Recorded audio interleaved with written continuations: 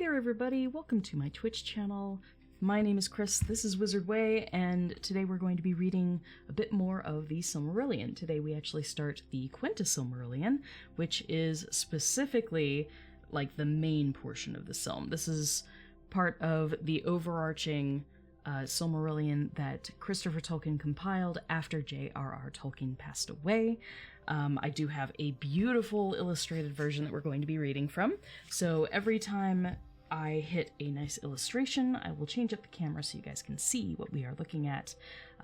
These are beautiful, beautiful illustrations from Ted Nasmith, and I know that this version of the Silmarillion that I have actually has a few extra pictures in it, things that weren't in previous illustrated editions. So, this book actually came out earlier this year, and I'm really happy that I get to use it.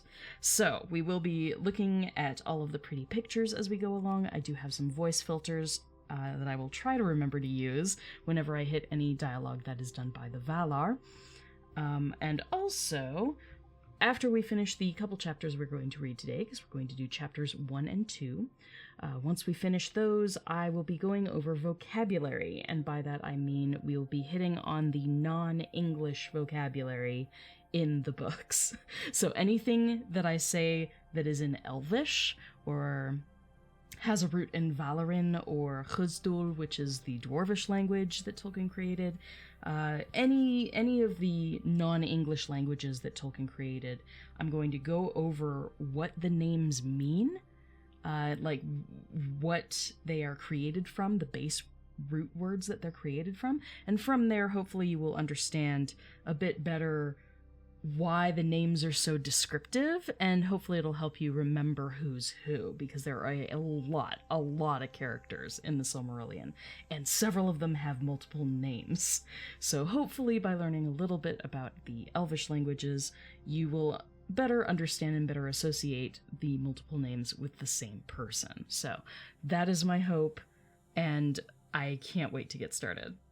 Let's do it. Alright, so I'm going to switch up the camera so you guys can see what I'm looking at, but here we go.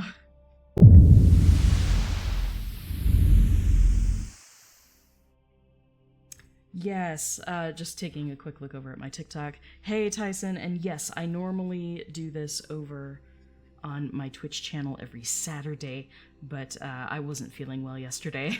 I just got home from taking care of my sister. She was in the hospital down in the lower part of Arizona, and so I drove down and I took care of her for a bit, just to help her recover, do chores around the house, little stuff like that that just takes the pressure off her and her wife. But yes, normally Saturday is the day. It's normally Silmarillion Saturday, but today we're doing Sunday instead. Yeah, basically, I want to write a book, but to do so, I'm going to write a book. Tolkien was like that. He took a lot of time, like an obscene amount of time, creating the languages for his world. And then from there, just shaped the world around the languages. He needed to give the languages context, right? So that's what he ended up doing. Yes, please do switch over to my Twitch channel if you are able. You'll be able to see the pictures. I do have the my overhead cam on the book right now, so you guys will be able to see all the pretty illustrations, and there are some really gorgeous ones today. So head on over to my Twitch, and you'll get to experience some of the voice effects and stuff, too, just for fun. It's for shits and giggles. Oh, really? I had no idea that this was the finale for the Silm over on Dawn's channel. So is he finishing up, like, the Third Age, the Rings of the Third Age? Because I think that's the end, right? Let's look. Because we're starting the Silmarillion. Last week we handled the Ainulindale and the Valaquenta, but now we're on the actual Silmarillion. Following the Silm, there's the Akalabeth and of the Rings of Power and the Third Age. So yeah, Rings of the Third Age. So that's where he is.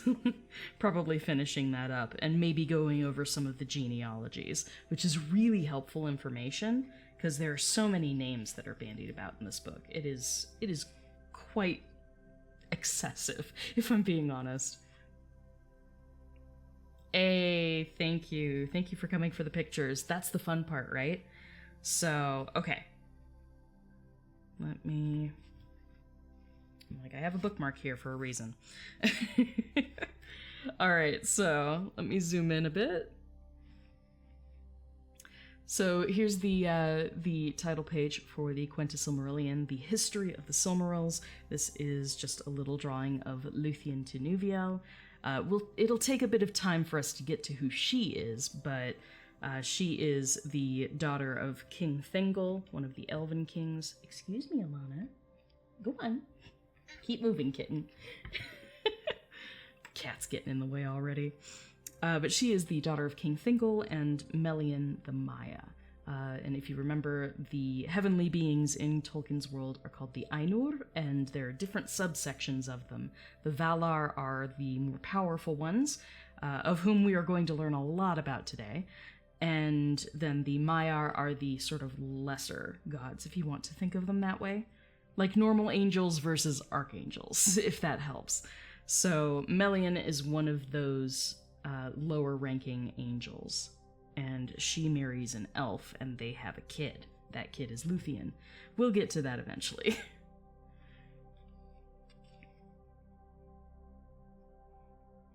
Yeah, there was some controversy about the Tolkien movie from 2019, because it does give context to his life, but it also wasn't the most accurate. It took liberties in a way that the Tolkien estate didn't really approve of. They were like, this is practically a work of fiction. But I still haven't seen it. I didn't want to like see it and then be super disappointed. I psyched myself out of seeing it. But yes, so let's start on the Silm. We're going to be doing chapters 1 and 2 today, and once we finish, we will go over vocabulary. I do have that already prepped, and we'll save chapter 3 for next week.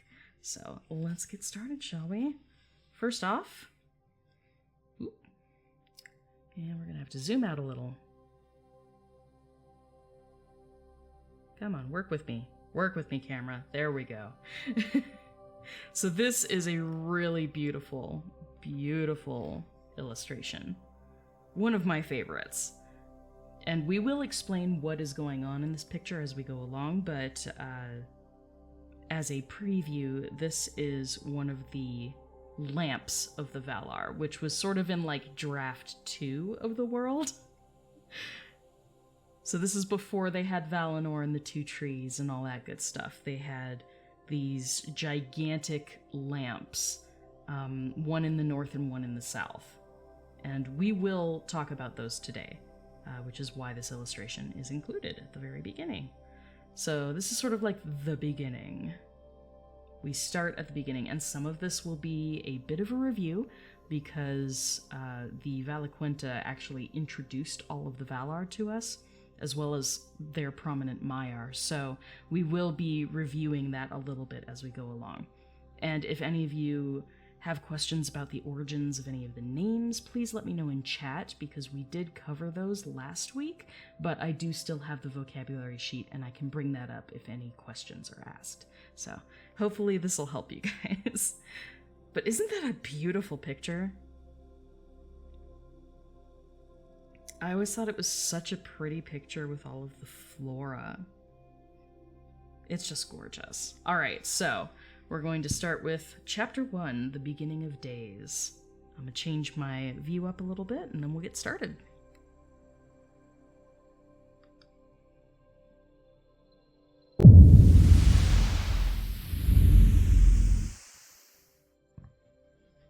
Oh, thank you. I'm glad you like the ambient music. This is definitely, it's an artist that I really, really love. His name is Øystein Ramfjord, and the name that he publishes his music under is Amethystium. And he gave me permission to use this track. It is a looping track, so it'll just keep going in the background, which is really nice. Super relaxing music. The reading of the Silm should not be stressful. Ideally, at least. Alright. So let me take a really quick drink of water and we'll get started.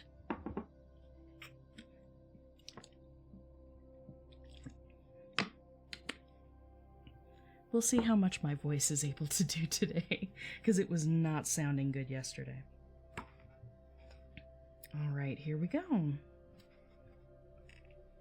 Make sure I'm on the right page. There we go. Okay, so let's begin. Chapter 1 of the Beginning of Days. It is told among the wise that the first war began before Arda was full-shaped, and ere yet there was anything that grew or walked upon earth. And for long Melkor had the upper hand, but in the midst of the war a spirit of great strength and hardihood came to the aid of the Valar, hearing in the far heaven that there was a battle in the little kingdom, and Arda was filled with the sound of his laughter. So came Tulkas the Strong, whose anger passes like a mighty wind, scattering cloud and darkness before it. And Melkor fled before his wrath and his laughter, and forsook Arda, and there was peace for a long age. And Tulkas remained and became one of the Valar of the kingdom of Arda, but Melkor brooded in the outer darkness, and his hate was given to Tulkas forever after. In that time the Valar brought order to the seas, and the lands, and the mountains, and Yavanna planted at last the seeds that she had long devised.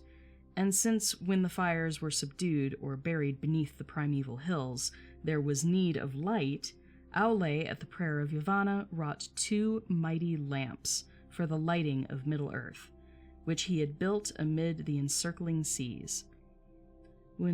Then Varda filled the lamps, and Manwë hollowed them, and the Valar set them upon high pillars more lofty far than any mountains of the later days.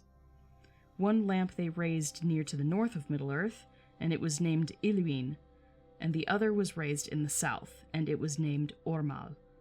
And the light of the lamps of the Valar flowed out over the earth, so that all was lit as it were in a changeless day. Break for my cat getting in the way. Alana, I know, but they've missed me. I was gone for like 2 weeks. Go on, kitten. Thank you. Everyone say hi to my cats. They're actually just out of shot here. You can see them. And here's Gray. And Alana's now down here. Silly kitties. I love them, though. Are you gonna settle down? Settle down, sweet kitten. Okay. Moving on. I will occasionally have to break because my cats are going to get in the way, especially this one. Good girl, Alana. Stay put. Then the seeds that Yavanna had sown began swiftly to sprout and burgeon, and there arose a multitude of growing things, great and small, mosses and grasses and great ferns, and trees whose tops were crowned with cloud as they were living mountains. But whose feet were wrapped in a green twilight. And beasts came forth and dwelt in the grassy plains, or in the rivers and the lakes, or walked in the shadows of the woods. As yet no flower had bloomed, nor any bird had sung, for these things waited still their time in the bosom of Yavanna. But wealth there was of her imagining, and nowhere more rich than in the midmost parts of the earth, where the light of both the lamps met and blended. And there upon the isle of Almaren, in the great lake, was the first dwelling of the Valar, when all things were young, and new-made green was yet a marvel in the eyes of the makers, and they were long content. Now it came to pass that while the Valar rested from their labors, and watched the growth and unfolding of the things that they had devised and begun, Manwë ordained a great feast, and the Valar and all their host came at his bidding. But Aule and Tulkas were weary, for the craft of Aule and the strength of Tulkas had been at the service of all without ceasing in the days of their labor. And Melkor knew of all that was done, for even then he had secret friends and spies among the Maiar, whom he had converted to his cause.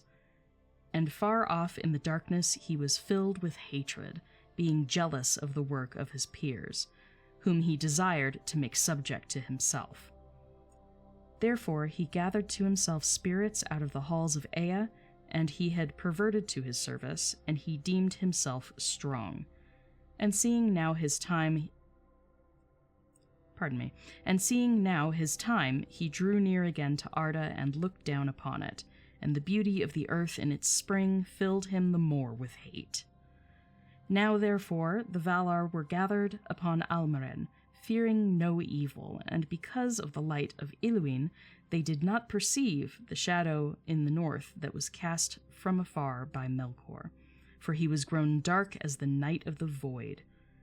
And it is sung that in that feast of the spring of Arda, Tulkas espoused Nessa, the sister of Orome, and she danced before the Valar upon the green grass of Almaren. Then Tulkas slept, being weary and content, and Melkor deemed that his hour had come.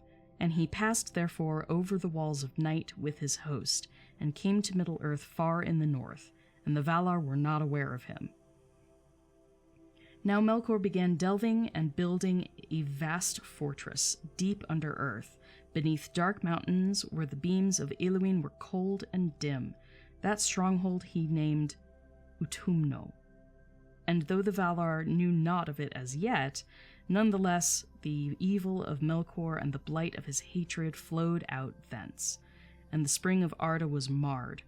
Green things fell sick and rotted, and rivers were choked with weeds and slime, and fens were made rank and poisonous, the breeding place of flies, and forests grew dark and perilous, the haunts of fear. And beasts became monsters of horn and ivory, and dyed the earth with blood.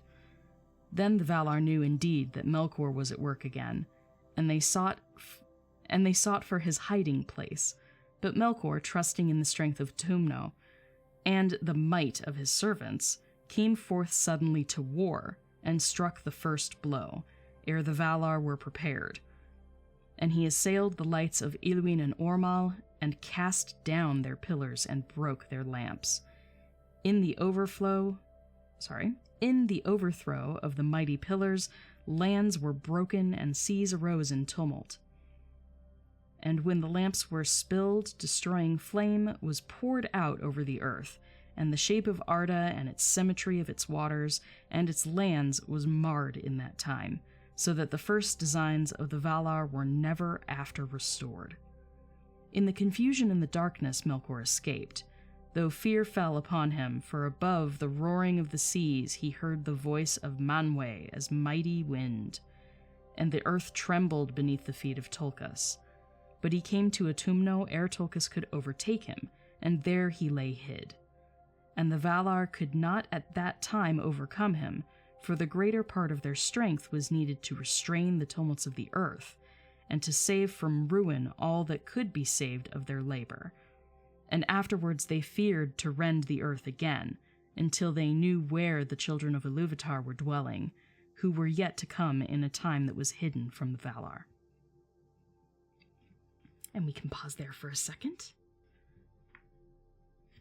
Hey everyone over on TikTok, welcome guys! Welcome my friends. We are over on my Twitch channel if you want to hear any voice effects when I do the voice of the Valar. When I do God voices. That's over on my Twitch channel. And as well, all of the illustrations. So actually, perfect time to look back at the illustration that we had before.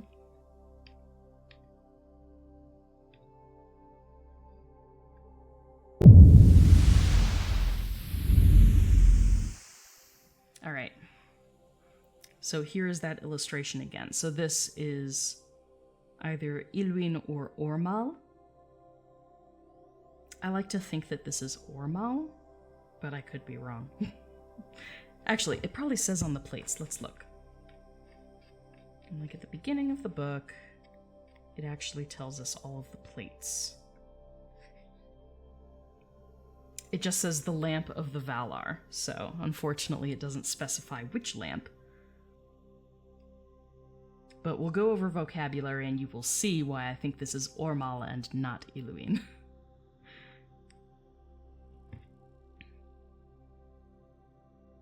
Am I going to read The Nature of Middle-earth? Yes, I do plan on it. As soon as it's out. I might add a different, stream day to read that aloud, but at the very least, even if I don't stream it, I'm gonna be, devouring that book. I actually heard that there is some new information on, the sexuality of the elves.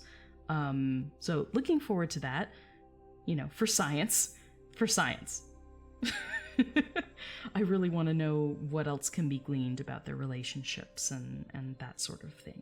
So, hopefully there will be some interesting, fun information coming out of that. Okay, Alana, sweetheart. You're in the way, kitten. Go on. I love you, but please move. Go on, Alana. She really just wants to be all up in the action. Kitten, move. Move it, sweetie. Cats, I swear. She's gonna be all over me because they missed me while I was gone. Alright, so back to the reading. Let's do it.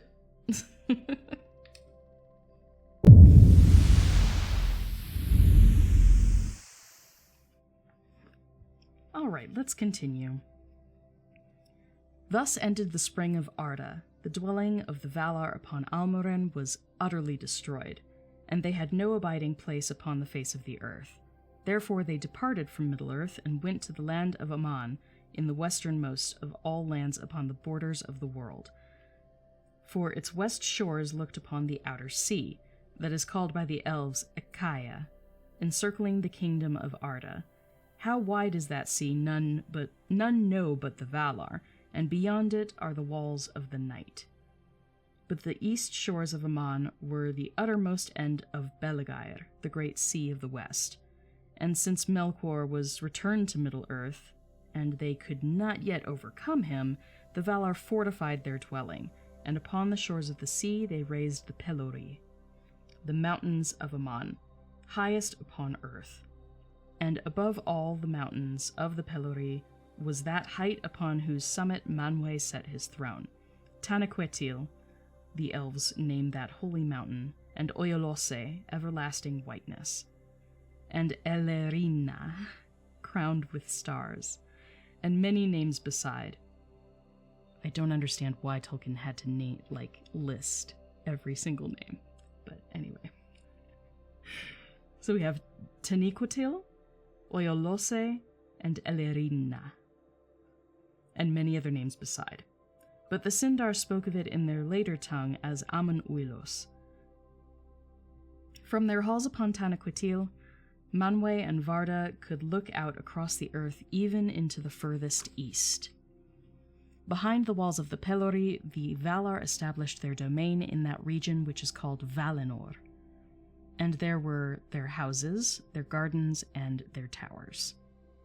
In that guarded land the Valar gathered great store of light and all the fairest things that were saved from ruin, and many others yet fairer they made anew, and Valinor became more beautiful even than Middle-earth in the spring of Arda.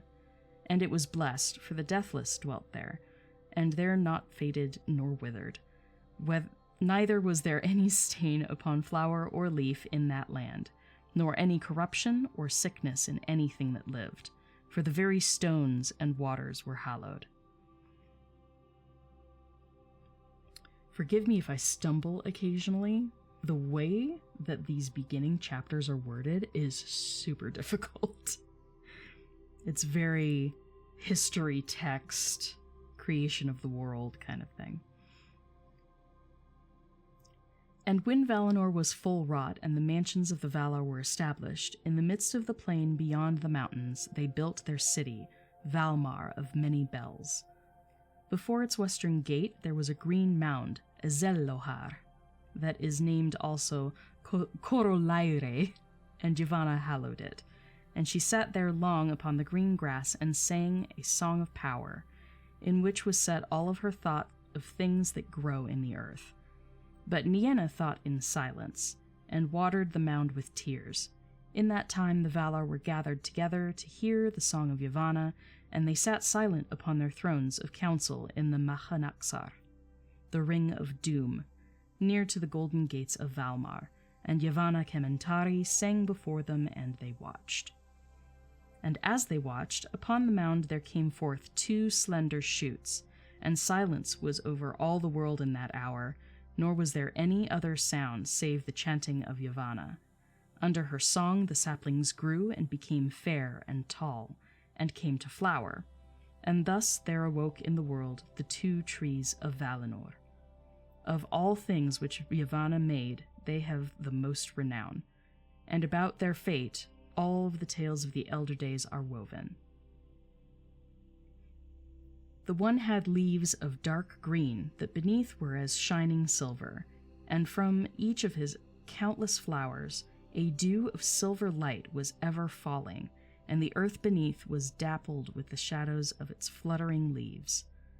The other bore leaves of a young green, like the new opened beech. Their edges were of glittering gold. Flowers swung upon her branches in clusters of yellow flame, for each to a glowing horn that spilled a golden rain upon the ground. My goodness, let's try that again. Flowers swung upon her branches in clusters of yellow flame, formed each to a glowing horn that spilled a golden rain upon the ground. And from the blossom of that tree there came forth warmth and a great light. Telperion the one was called in Valinor, and Silpion, and Ninquolote, and many other names, but Laurelin was the other, and Malinalda, and Kulurian, and many names in song beside. Again, lots of names. We will cover these, I promise, once we hit vocabulary. In 7 hours the glory of each tree waxed to full and waned again to naught, and each awoke once more to life an hour before the other ceased to shine. Thus in Valinor, twice every day, there came a gentle hour of softer light when both trees were faint, and their gold and silver beams were mingled. Telperion was the elder of the trees that came first to full stature and to bloom, and that first hour in which he shone, the white glimmer of silver dawn, the Valar reckoned not into the tale of hours, but named it the opening hour, and counted from it the ages of their reign in Valinor. Therefore, at the 6th hour of the first day, and of all the joyful days thereafter, until the darkening of Valinor, Telperion ceased his time of flower. And at the 12th hour, Laurelin her blossoming. And each day of the Valar in Aman contained 12 hours, and ended with the second mingling of lights, in which Laurelin was waning, but Telperion was waxing. But the light that was spilled from the trees endured long, ere it was taken up into the airs or sank down into the earth. And the dews of Telperion and the rain that fell from Laurelin Varda hoarded in great vats like shining lakes, that were to all the land of the Valar as wells of water and of light. Thus began the days of the bliss of Valinor, and thus began also the count of time. So let's pause there, because there was a lot of information there. So, the 2 trees, one of the truly iconic visions that we have of Middle-earth is the 2 trees of Valinor, which is why, in that little tiny preview that we were given of the upcoming Amazon TV show, everyone was losing their minds, because I actually have it up on my TikTok here behind me, but you can see the 2 trees. They're the 2 trees right there.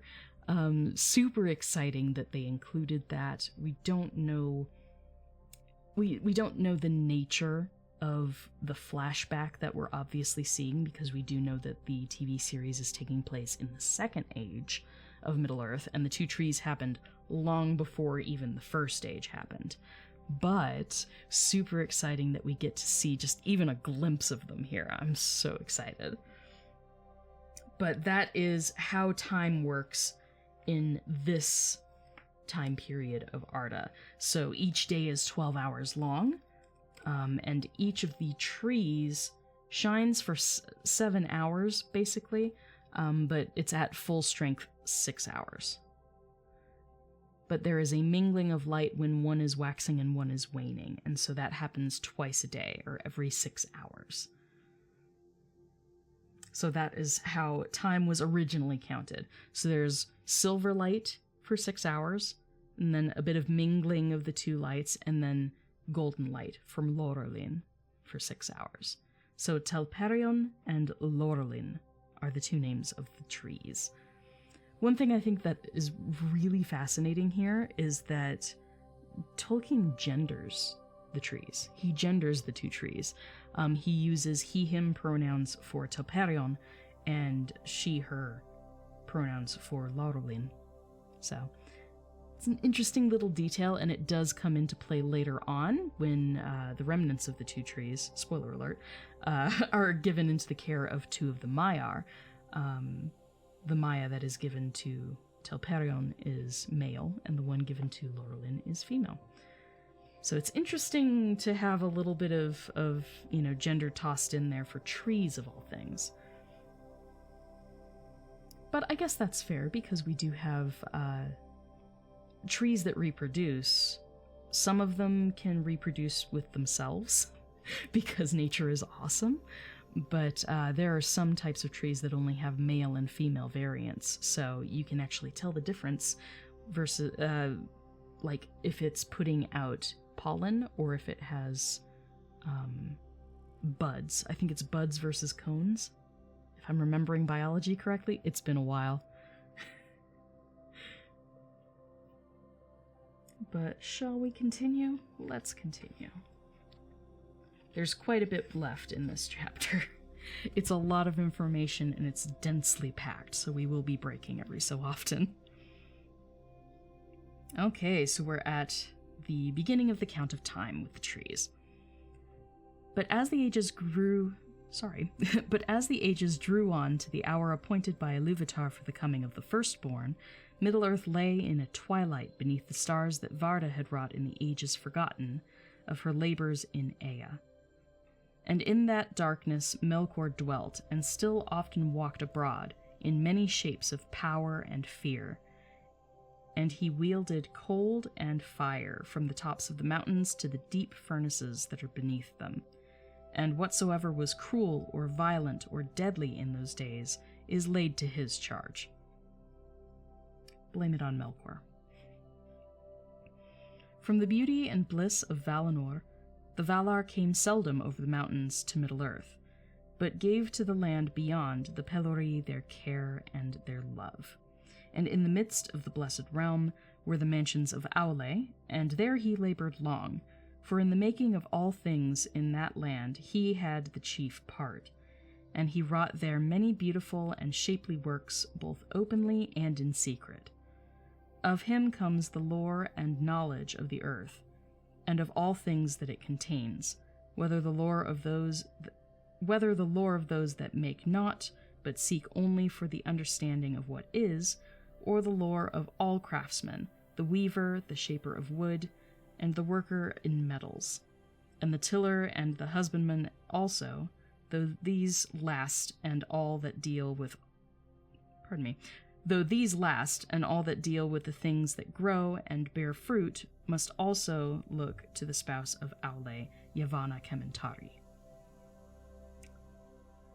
Aule it is who is named the friend of the Noldor, for of him they learned much in their after days.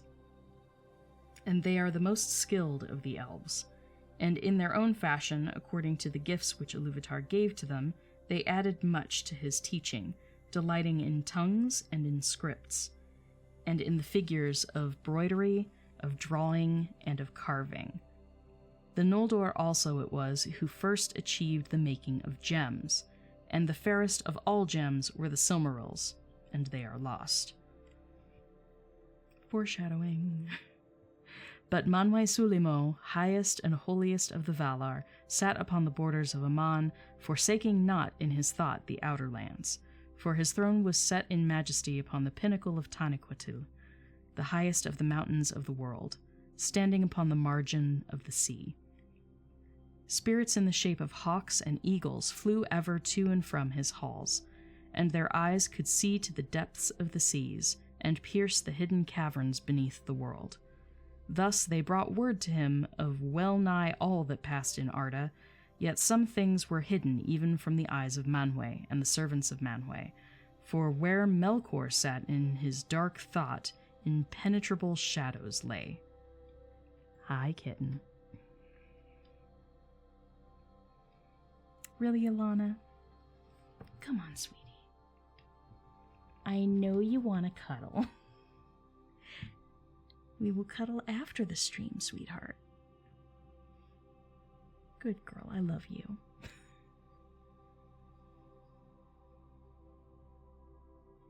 My poor kitty, she just missed me so much. It's very sweet. Alright, where were we? Okay, where Melkor sat in his dark thought, impenetrable shadows lay. Manwe has no thought for his own honor, and is not jealous of his power, but rules all to peace. The Vanyar he loved best of all the elves, and of him they received song and poetry, for poetry is the delight of Manwe, and the song of words is his music. His raiment is blue, and blue is the fire of his eyes, and his scepter is of sapphire, which the Noldor wrought for him.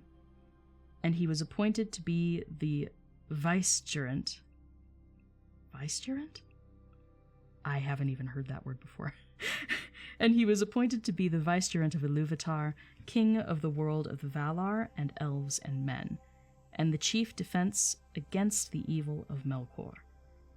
With Manwe dwelt Varda, the most beautiful, she who in the Sindarin tongue is named Elbereth, queen of the Valar, maker of the stars, and with them were a great host of spirits in blessedness. But Ulmo was alone, and he abode not in Valinor, nor ever came thither unless there was need for a great council. He dwelt from the beginning of Arda in the outer ocean, and still he dwells there. Thence he governs the flowing of all waters, and the ebbing, the courses of all rivers, and the replenishment of springs, the distilling of all dews and rain in every land beneath the sky. In the deep places he gives thought to great music and to music great and terrible.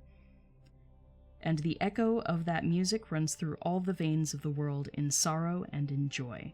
For if joyful is the fountain that rises in the sun, its springs are in the wells of sorrow unfathomed at the foundations of the earth.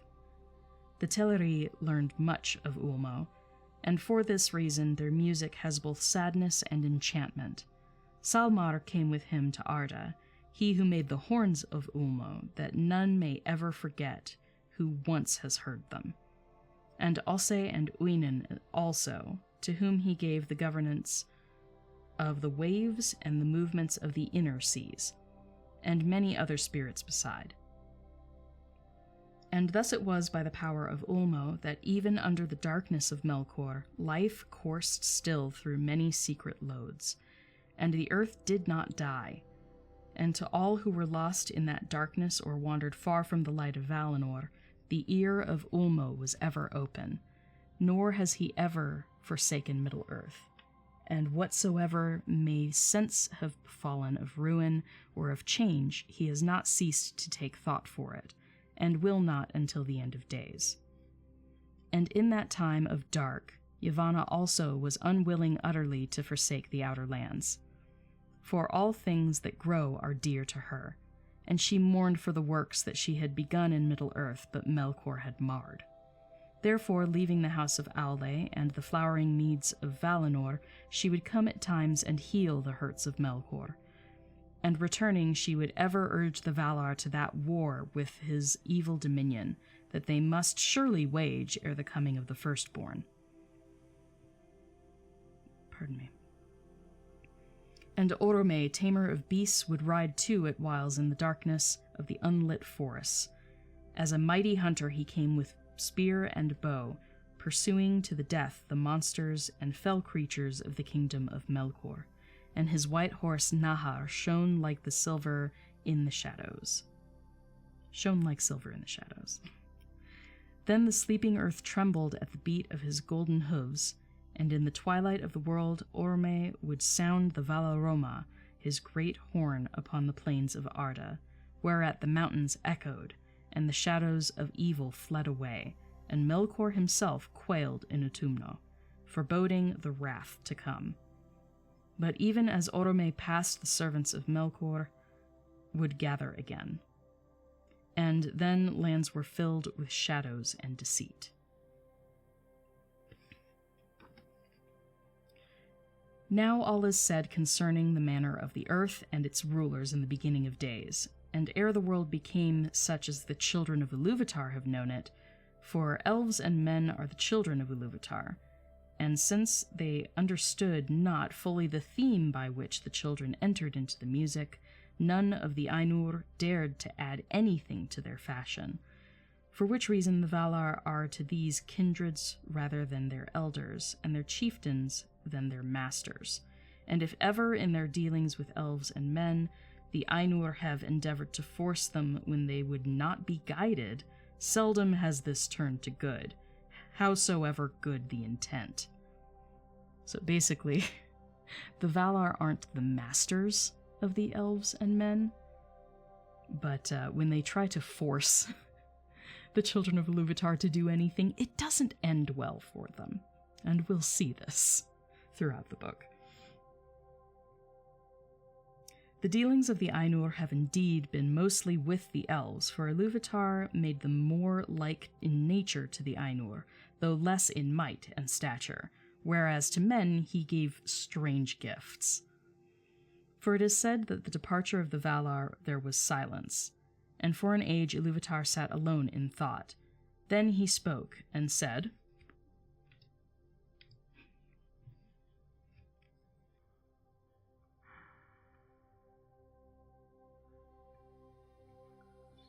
Behold, I love the earth, which shall be a mansion for the Quendi and the Atani. But the Quendi shall be the fairest of all earthly creatures, and they shall have and shall conceive, and bring forth more beauty than all my children, and they shall have the greater bliss in this world. But to the Atani I will give a new gift.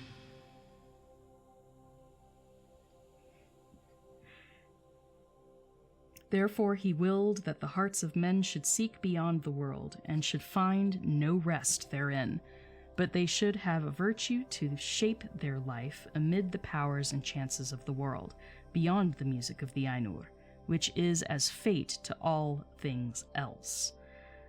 And of their operation everything should be, in form and deed, completed, and the world fulfilled unto the last and smallest. But Iluvatar knew that men, being set amid the turmoils of powers of the world, would stray often, and would not use their gifts in harmony. And he said, These two, that in their time, shall find that all that they do redounds at the end only to the glory of my work.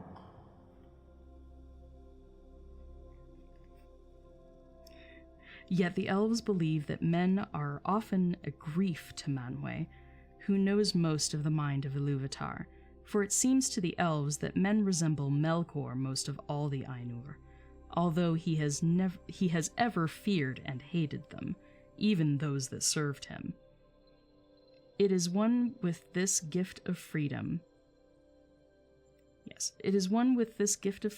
that the children of men dwell only a short space in the world alive, and are not bound to it, and depart soon whither the elves know not, whereas the elves remain until the end of days, and their love of the earth and all the world is more single and more poignant therefore, and as the years lengthen, ever more sorrowful. For the elves die not till the world dies, unless they are slain or waste in grief. and to both these seeming deaths they are subject. Neither does age subdue their strength unless one grow weary of 10,000 centuries, and dying they are gathered to the halls of Mandos in Valinor, whence they may in time return. But the sons of men die indeed, and leave the world, wherefore they are called the guests or the strangers. Death is their fate, the gift of Ilúvatar, which as time wears even the powers shall envy. But Melkor has cast his shadow upon it, and confounded it with darkness, and brought forth evil out of good, and fear out of hope. Yet of old the Valar declared to the elves in Valinor that men shall join in the second music of the Ainur, whereas Ilúvatar has not revealed what he purposes for the elves after the world's end, and Melkor has not discovered it. Thus ends chapter 1. It's a bit of a tongue twister in there. But in summary, basically the gifts of Ilúvatar are different for his two groups of children. The elves, or the Eldar, or the Quendi. The elves are the firstborn, and they survive as long as the world survives. Just in different states, basically. If elves perish, if they're slain or they waste from grief, their spirits go to the halls of Mandos, and eventually they get reborn, basically. In some of the other texts in the history of Middle-earth, we learn that they basically are reborn without their memories at first, and they reach a certain age, and all their memories come back from their previous life. Though there is, I believe there's a note that no elf has ever come back twice from the halls of Mandos. So, of the elves that died once, apparently if they die a second time, they don't return. Not that they disappear, but they just remain in the halls of Mandos. So, that's something interesting to note. The gift that Ilúvatar gave to men is that we basically burn brightly and burn out quickly. But we are able to shape the world in ways that the Valar can't anticipate. And that's something that's actually really fascinating, and something that, we don't really talk a lot about, because the way that Tolkien shaped his world based on song, the Ainur sang this song and this great theme prior to coming down into the earth and making it so. But the things that they didn't have any control over were the children of Ilúvatar. So the elves are tied in with the fate of the song that they actually sang, but men, mortal men, aren't tied into that, and they can shape their own fate, which is why they cause so much trouble for the elves and for the Ainur. And it's sort of that element of chaos that they really share in common with Melkor, and that's why the other Valar, and the elves especially, sort of compare mortal men to Melkor. It's not because they're necessarily evil, it's because they are agents of chaos. They bring newness and the unknown into the picture, and that can be really unsettling, whether it's positive or negative. So that's why they make this correlation, at least the elves do. They make a correlation between mortal men and Melkor. That's why. But Melkor himself doesn't trust men, because he understands the nature of chaos, being sort of the god of chaos. He understands discord, and as such he kind of fears that same sort of power of creation, or, the mastery of manipulation. And this isn't meant in a negative sense, but they shape things around them in a way that even Melkor can't anticipate, and therefore he doesn't trust them, and he kind of fears them, because he doesn't fully understand the height of their powers, if that makes sense. So, there's chapter 1. Let's move on to chapter 2. How many pages is chapter 2?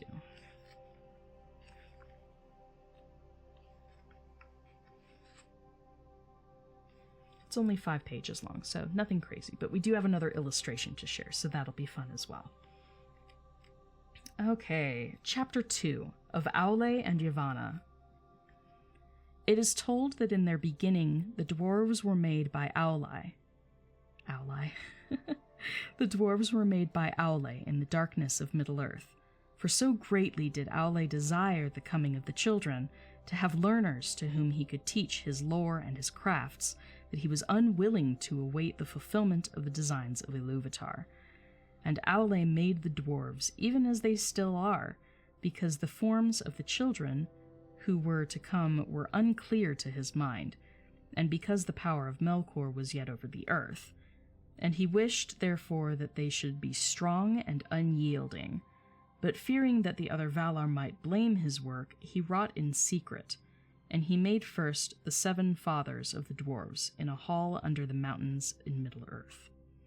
Now Iluvatar knew what was done, and in the very hour that Aule's work was complete, and he was pleased, and began to instruct the dwarves in the speech that he had devised for them, Iluvatar spoke to him, and Aule heard his voice and was silent. And the voice of Iluvatar said to him, Why hast thou done this?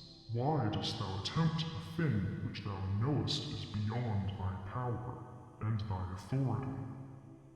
For thou hast from me as a gift thy own being only, and no more, and therefore the creatures of thy hand and mind can live only by that being, moving when thou thinkst to move them. And if thy thought be elsewhere, standing idle, is that thy desire?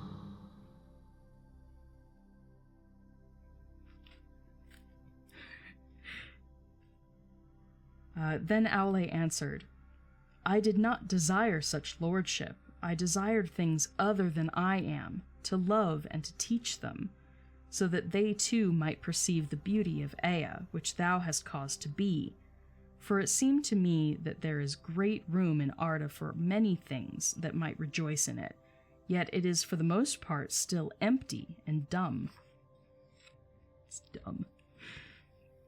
And in my impatience I have fallen into folly, yet the making of things is in my heart from my own making by thee.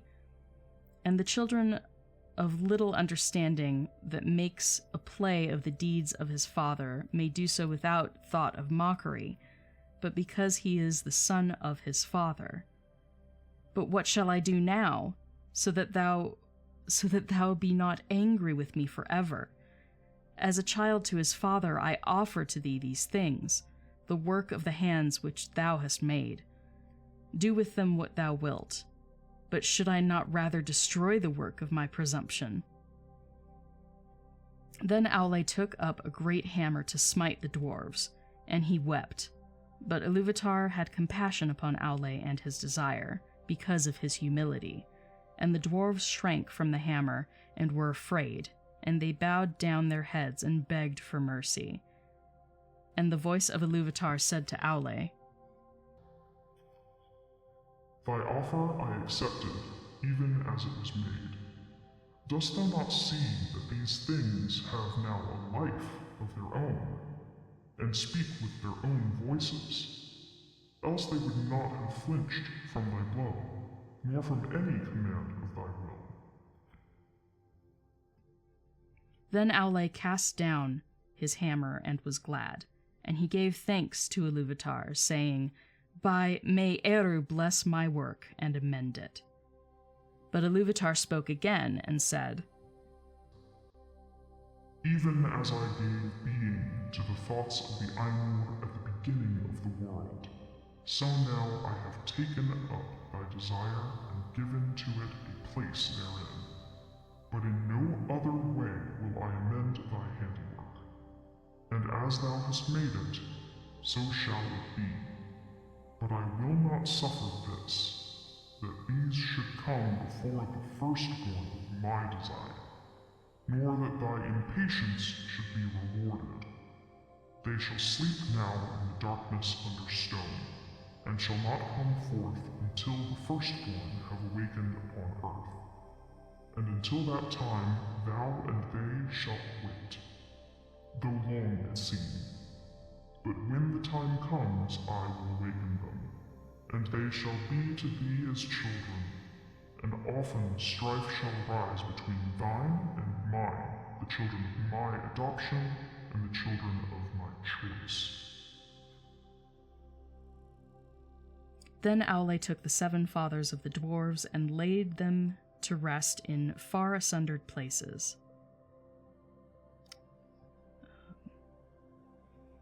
Sorry, my eyes crossed for a second. Then Aule took the 7 fathers of the dwarves and laid them to rest in far sundered places, and he returned to Valinor and waited while the long years lengthened. Since they were to come in the days of the power of Melkor, Aule made the dwarves strong to endure.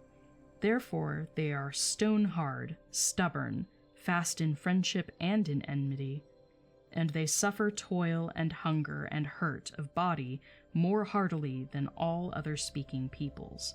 And they live long, far beyond the span of men, yet not forever. Aforetime it was held among the elves in Middle-earth that, dying, the dwarves returned to the earth and the stone which they were made. Pardon me. Yet that is not their own belief, for they say that Aule the Maker, whom they call Mahal, cares for them, and gathers them to Mandos in halls set apart, and that he declared to their fathers of old that Iluvatar will hallow them and give them a place among the children in the end. Then their part shall be to serve Aule, and to aid him in the remaking of Arda after the last battle. They say also that the 7 fathers of the dwarves return to live again in their own kin, and to bear once more their ancient names, of whom Durin was the most renowned in after ages, father of that kindred most friendly to the elves, whose mansions were at Khazad-dûm. We'll pause there for a second, because there is a lot going on in here. Hey, thanks. I hope you guys enjoy the voice filters. It's funny, I created one that was supposed to be the god voice. In these early chapters, I'll only use it for Iluvatar, but when we move further down and we have elves speaking to the Valar, I will use that filter for the Valar. That's the intent. It's just to set it apart, give it some majesty, you know? So, to summarize what has happened here, Aule got impatient. And Aule's name means inventor, so it's an apt name for him. He did sort of create these beings that the dwarves became, but as soon as he created them, Iluvatar gave them a little spice, right? He disconnected them from Aule's will, meaning he made them independent creatures. And so Aule, being harshly reprimanded by God, basically said, you know, what can I do to make this right? Should I just destroy them? But the dwarves sort of cowered and begged for mercy, and, you know, that showed that they had their own will. They had a fear of death. Whereas if they had just been tied to Aule's thought, the mere thinking, oh, well, I'ma destroy them, they wouldn't have put up any fight, because they would have been subject to that will. So Iluvatar saved them. He saved the dwarves, but he said they can't come before the firstborn. That's why I named them the firstborn. You can't do that. You can't skip ahead, sir. So Aule basically was forced to put them under a long sleep, and they will only awaken after the elves awaken. And I do like that they make a bit of a note there that there's always going to be strife between the dwarves and elves. Just because of the nature of their creation. Iluvatar wove that into their beings. So they're always going to be at odds with the elves. Doesn't mean friendships can't arise, but they are particularly rare. Friendships between dwarves and elves are pretty rare, and they don't always last forever. I'd say the dwarves are pretty quick to anger. And certain elves are also quick to anger, and when those two meet, it's a big clash. Just finished the Silmarillion. Good job. It's a long and difficult book to read, which is why we're taking it in little tiny mouthfuls. I do know that Dawn has pretty much finished his as well. So if anyone's watching over on my TikTok, please head over to my Twitch channel. I have voice filters that I do for some of the characters, and I also show you all of the illustrations. Actually, we just passed an illustration, so let's bring that up, shall we? Let's do it!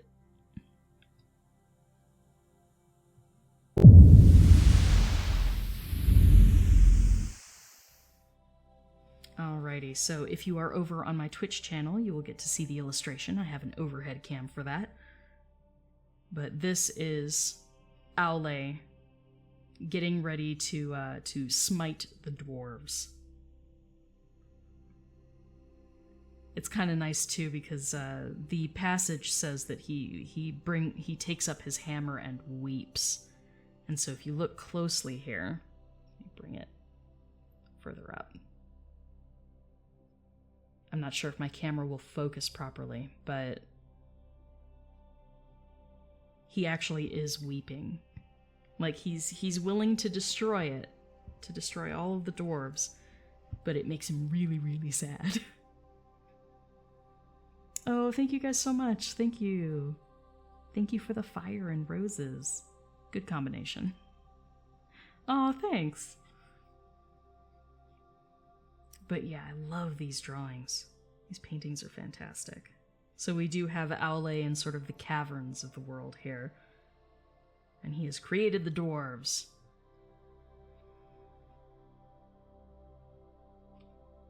They are humanoid and naked and furry. They're fuzzy folk. I feel like my family must have been descended from them. Have you guys seen how much hair I've got? It's a ridiculous amount of arm hair. But yes, so that is the illustration. And that's probably going to be the last illustration we see until we get to a few other chapters. Alright, back to the just chatting, I think, and we'll continue.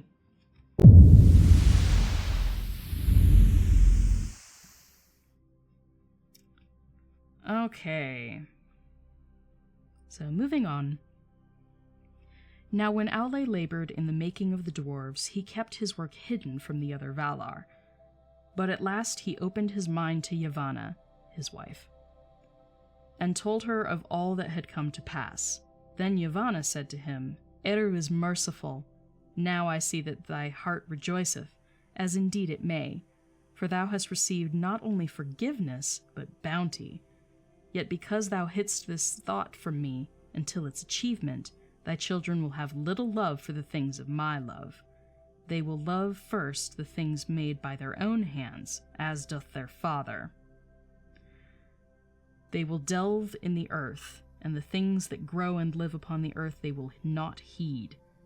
Many a tree shall feel the bite of their iron without pity. But Aule answered, That shall also be true of the children of Iluvatar, for they will eat and they will build.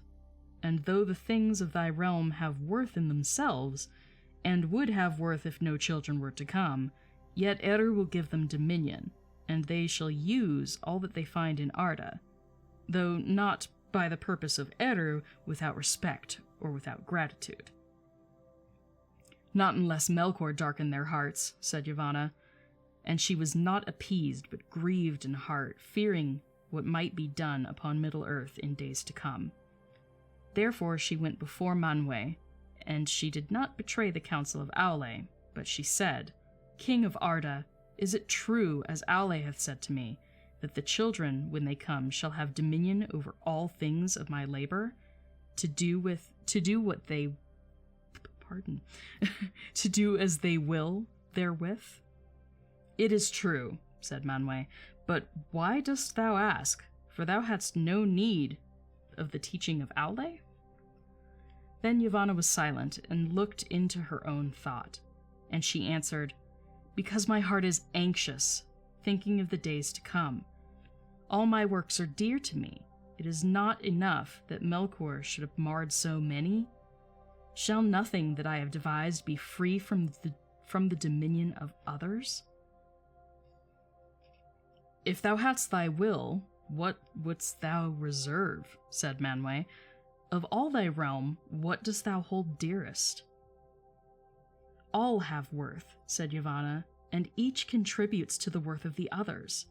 But the Kelvar can flee and defend themselves, whereas the Olvvar that grow cannot.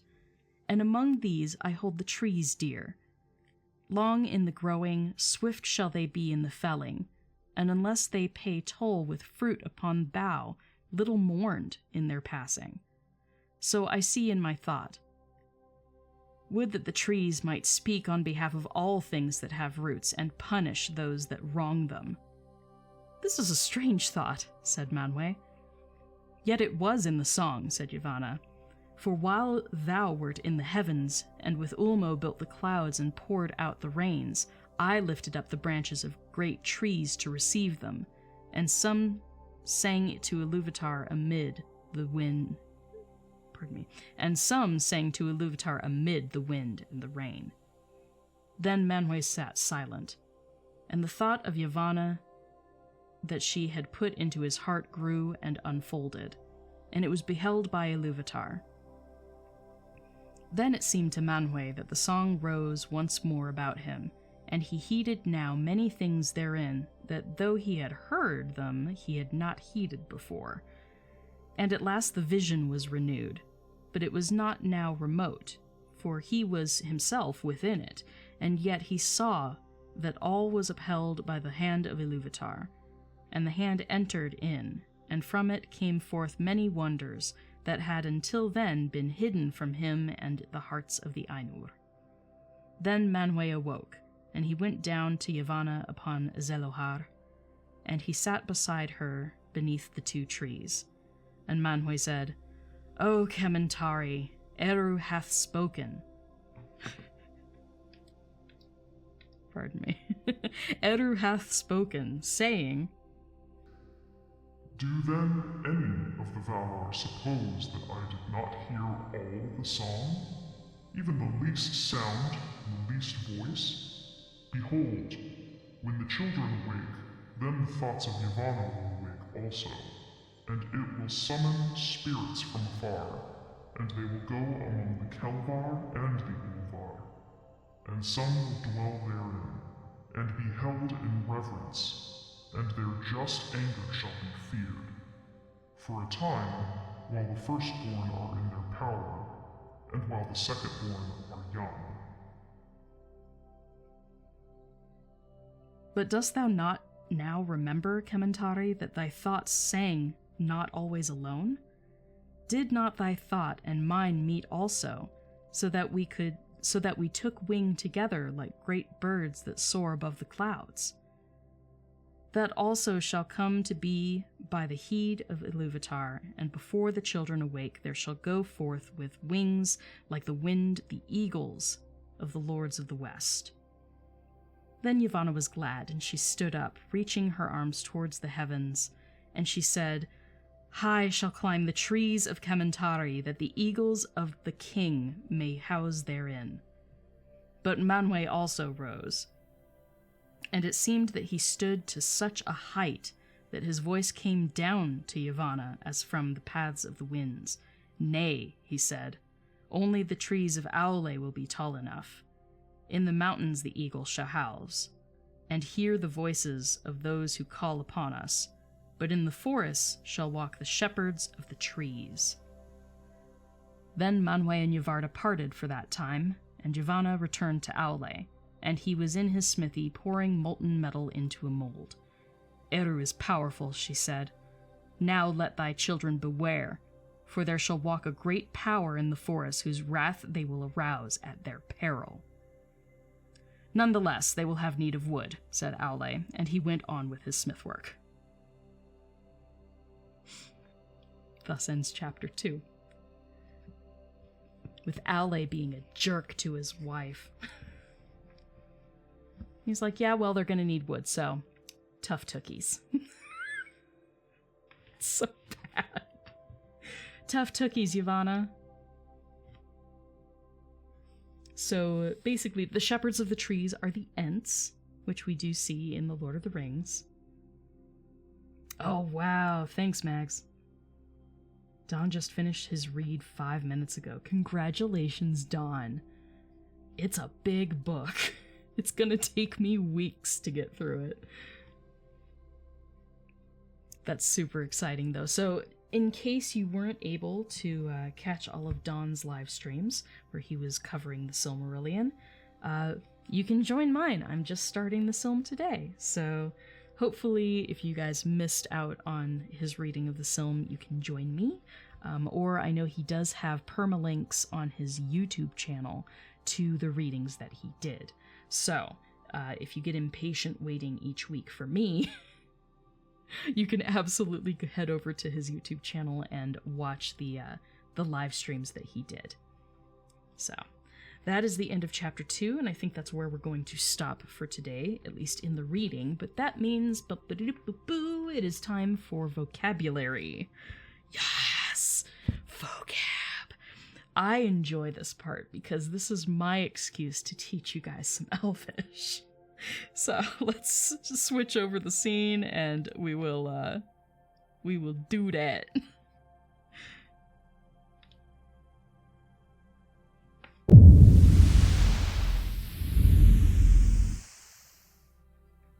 All right.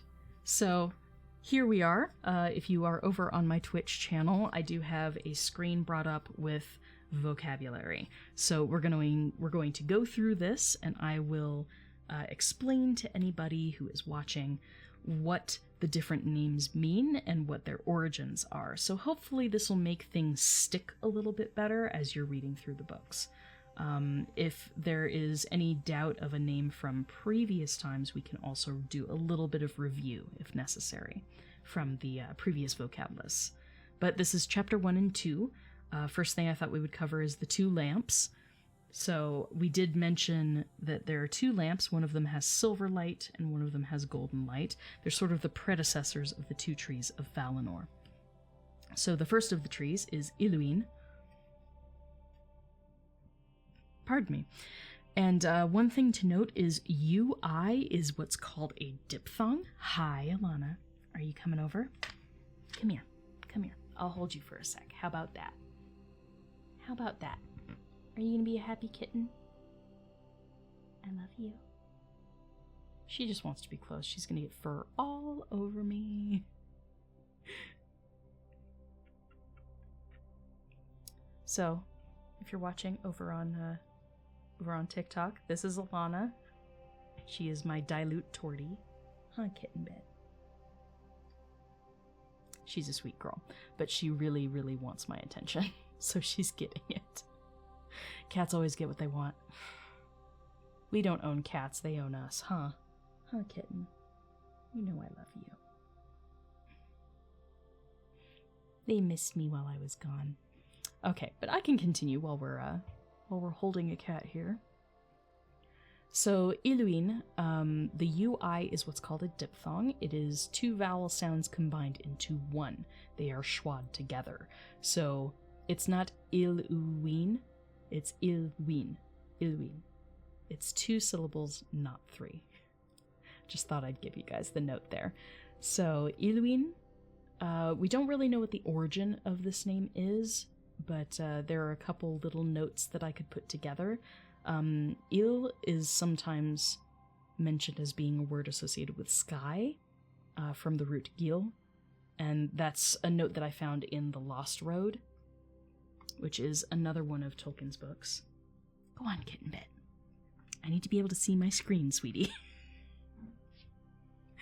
Oh, sweet cats. Okay. So gil was something that denoted not just the air or the sky, but it's like the region above the air where the stars are. Because in the shaping of Tolkien's world, these things are on different layers.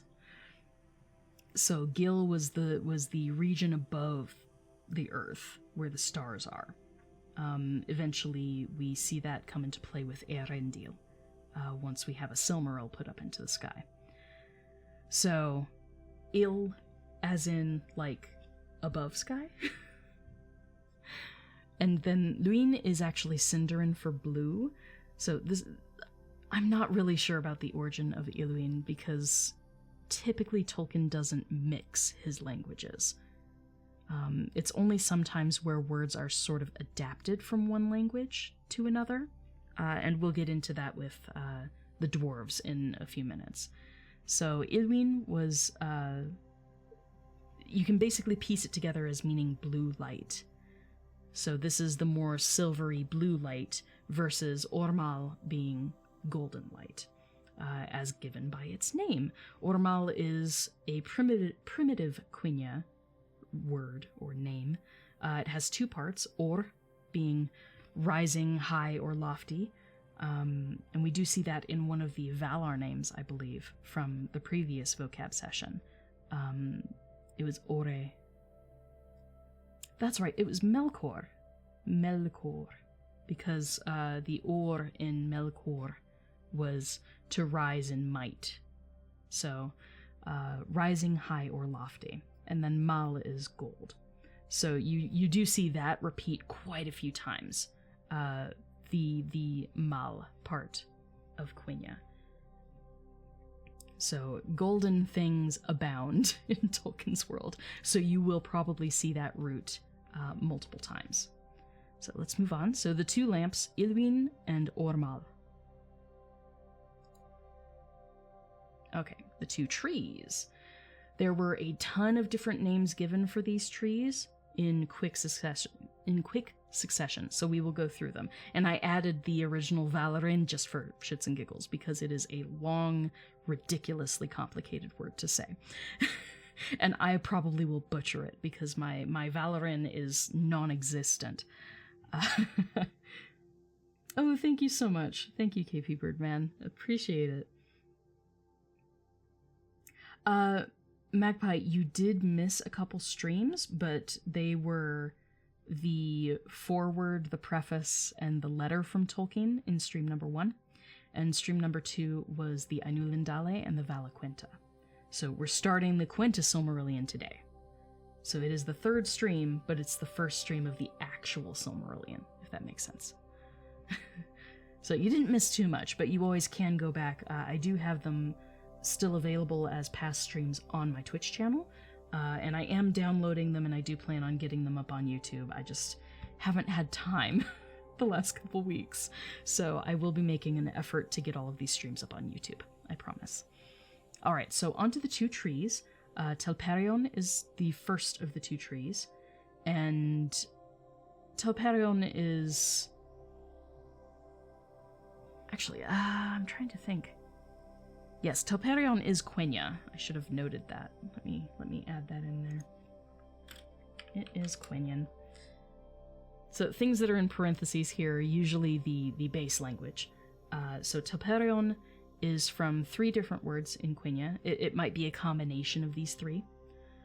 Telpe is silver, and you will see this in a few different names, most notably Celebrimbor's original name. Celebrimbor's Quenya name is, oh my gosh. Oh my gosh, why am I blanking? Why am I blanking? I know his name, what is it? Well, typically we shorten his name to Telpe. Tyelpe. Telpe. And it's because his name is Silver Fist, translated into Elvish. So Telpe is silver, thus, whenever I've written fan fiction of Celebrimbor, typically anyone who's really close to him uses his shortened name of Telpe. So that's a geeky thing that I always do. Everyone gets nicknames. Some of them are canonical. Some nicknames are canonical, like Maedhros's Quenya name is Nelia Finwë, and he's called Nelio. All of the Sons of Feanor have little nicknames that are actually attested, so that's kind of cool. So going with that theme, I gave Telpe his nickname as well.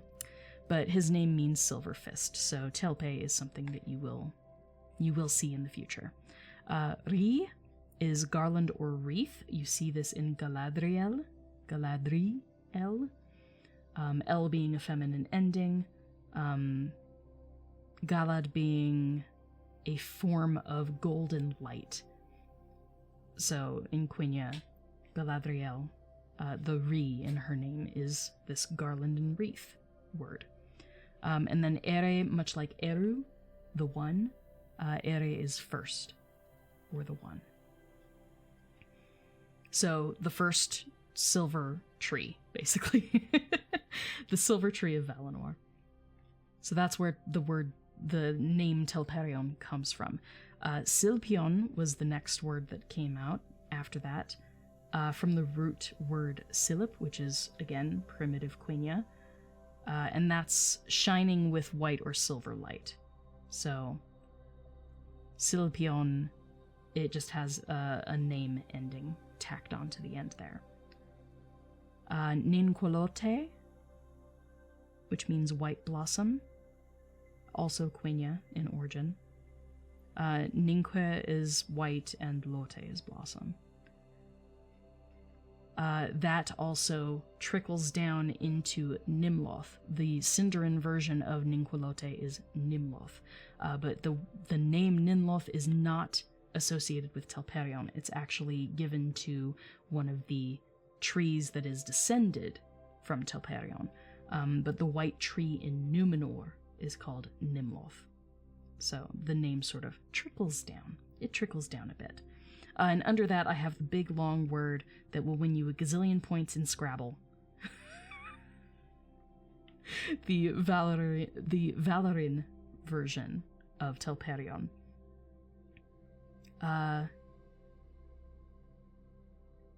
Gosh, my brain is frying even trying to pronounce this. I'm sure I will completely butcher it. There are a lot of different accents that I'm not sure how they are properly pronounced. Ibrinidil Pathanazel. Pathanazel. Oh my gosh, okay. Thanks, Tolkien. Thanks for that. Lol. So that's just for kicks and giggles. That's the Valarin version. So that's the original name of the tree as the Valar said it. We understand now why the Ents are so long-winded. Alright, the second tree of Valinor is Laurelin. This is the golden tree of Valinor, and its name means gold song. Laure is gold, and Linde is song. So Laurelin is gold song. Its other names that are given, we have two names that are also listed in the text that we just read, and then I put the Valarin one again, just for fun. So we have Malinalda. Here's that Mal again.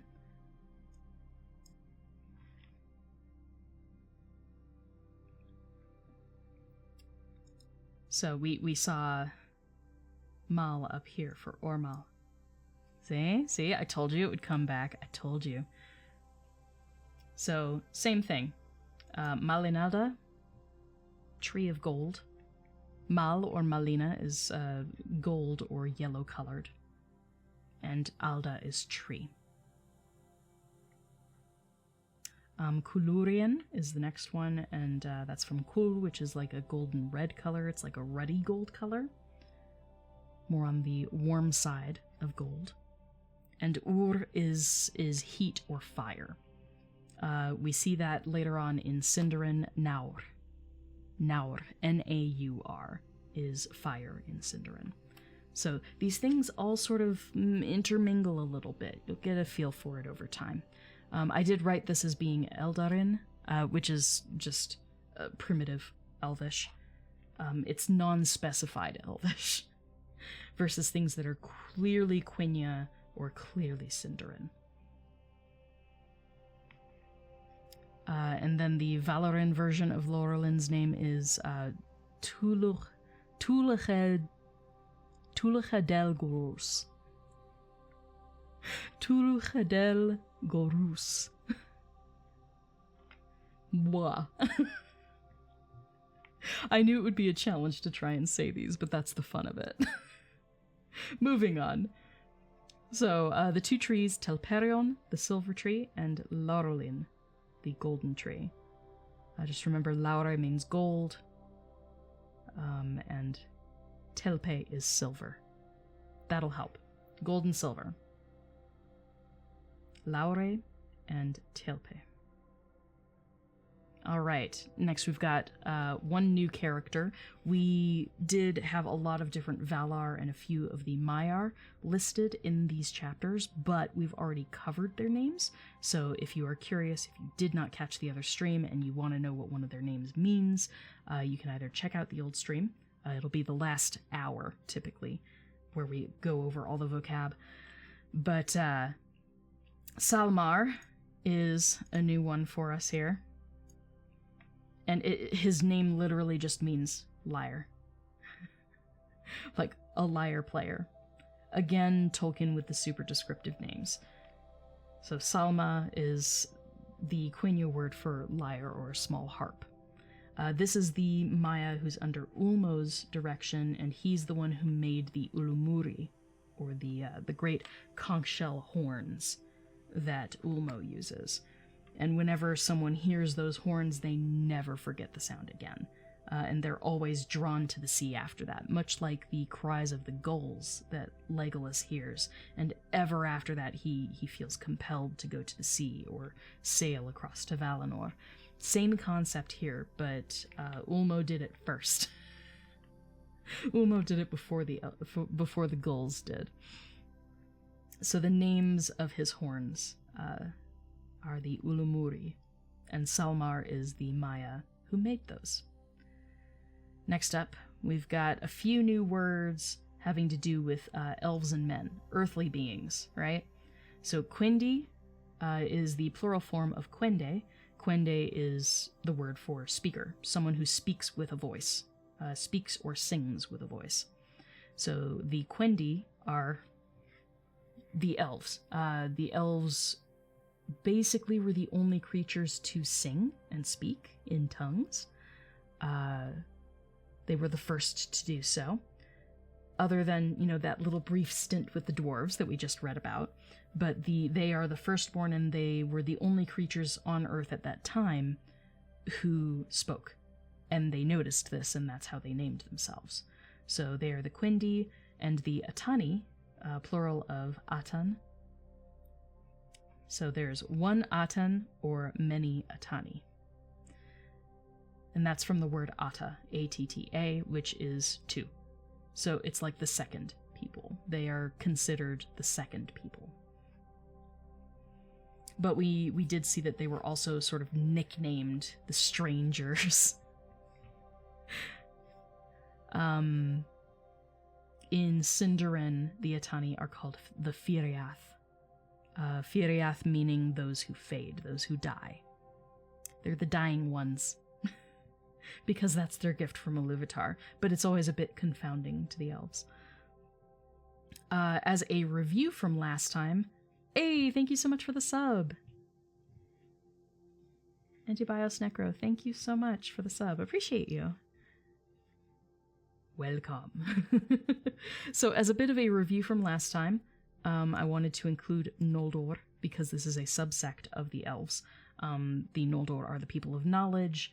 It's from a primitive root, ngol, which means knowledge, wisdom, or lore. In that same vein, the Vanyar are the fair elves, typically denoting fair, not like fair or unjust, right? Fair versus unjust, but fair versus dark, like fair-skinned, fair-haired. Specifically, the color of their hair is noted by Tolkien. So it's from the primitive Banya or Wanja, which refers to their fair or golden hair. So they have light-colored hair. It's one of those cases where we actually do get a little bit of a description for a race of elves. Or one of the, subsects of elves. So just wanted to bring that up. We did actually have the Teleri as well, and I didn't include them, but they are called the Singers. So I will add that in for next time. And then we had the two words that Yavanna tossed about, which were the Kelvar and the Olvvar. These are basically the equivalents of flora and fauna. Kelvar being fauna, because she was saying that those were the beings that could run away and defend themselves, but the Olvvar couldn't. So the Kelvar are fauna, from the word kel, which means to go or to run. And the Olvvar, we're not really sure what the roots are there. It was never explicitly stated. It was just sort of glossed over as meaning growing things with roots in the earth. So that's all we've got. But it's unattested, and we just sort of assume that it's Quenya. So the Kelvar are fauna, and the Olvvar are flora. And the shepherds of the trees are sort of a mixture of both, granted by the will of Iluvatar. On to locations. We have quite a few locations that came up in these two chapters, so let's go through them.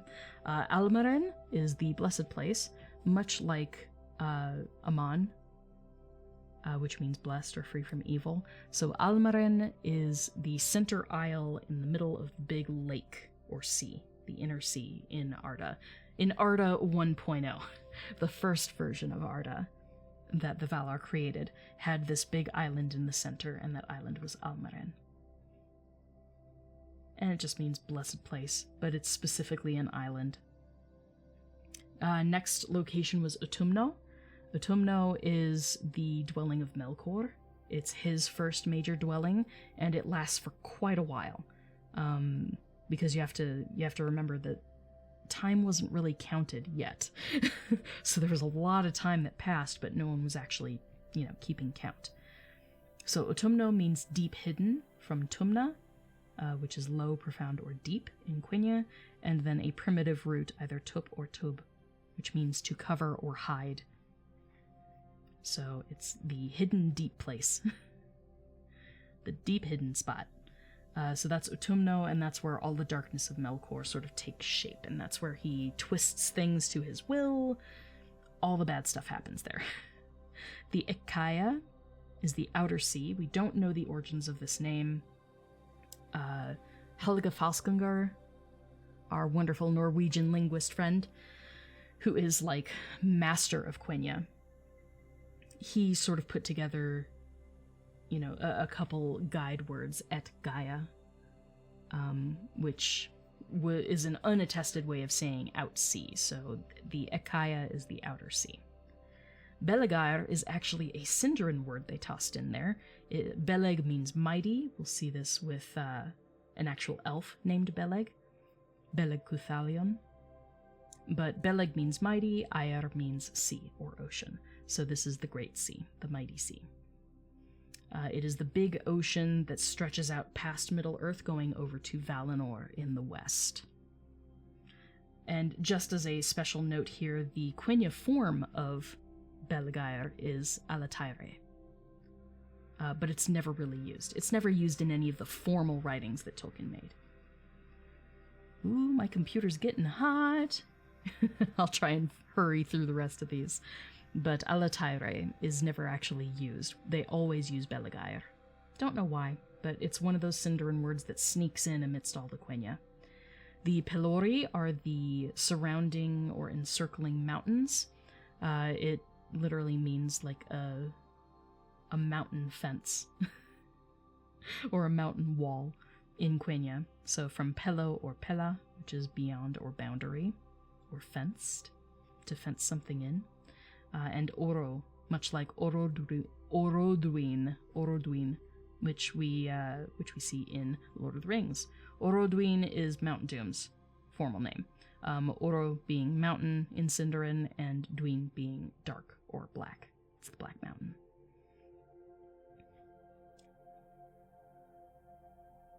Or no, Duin is Fell. Yeah, it's like the Fell Mountain.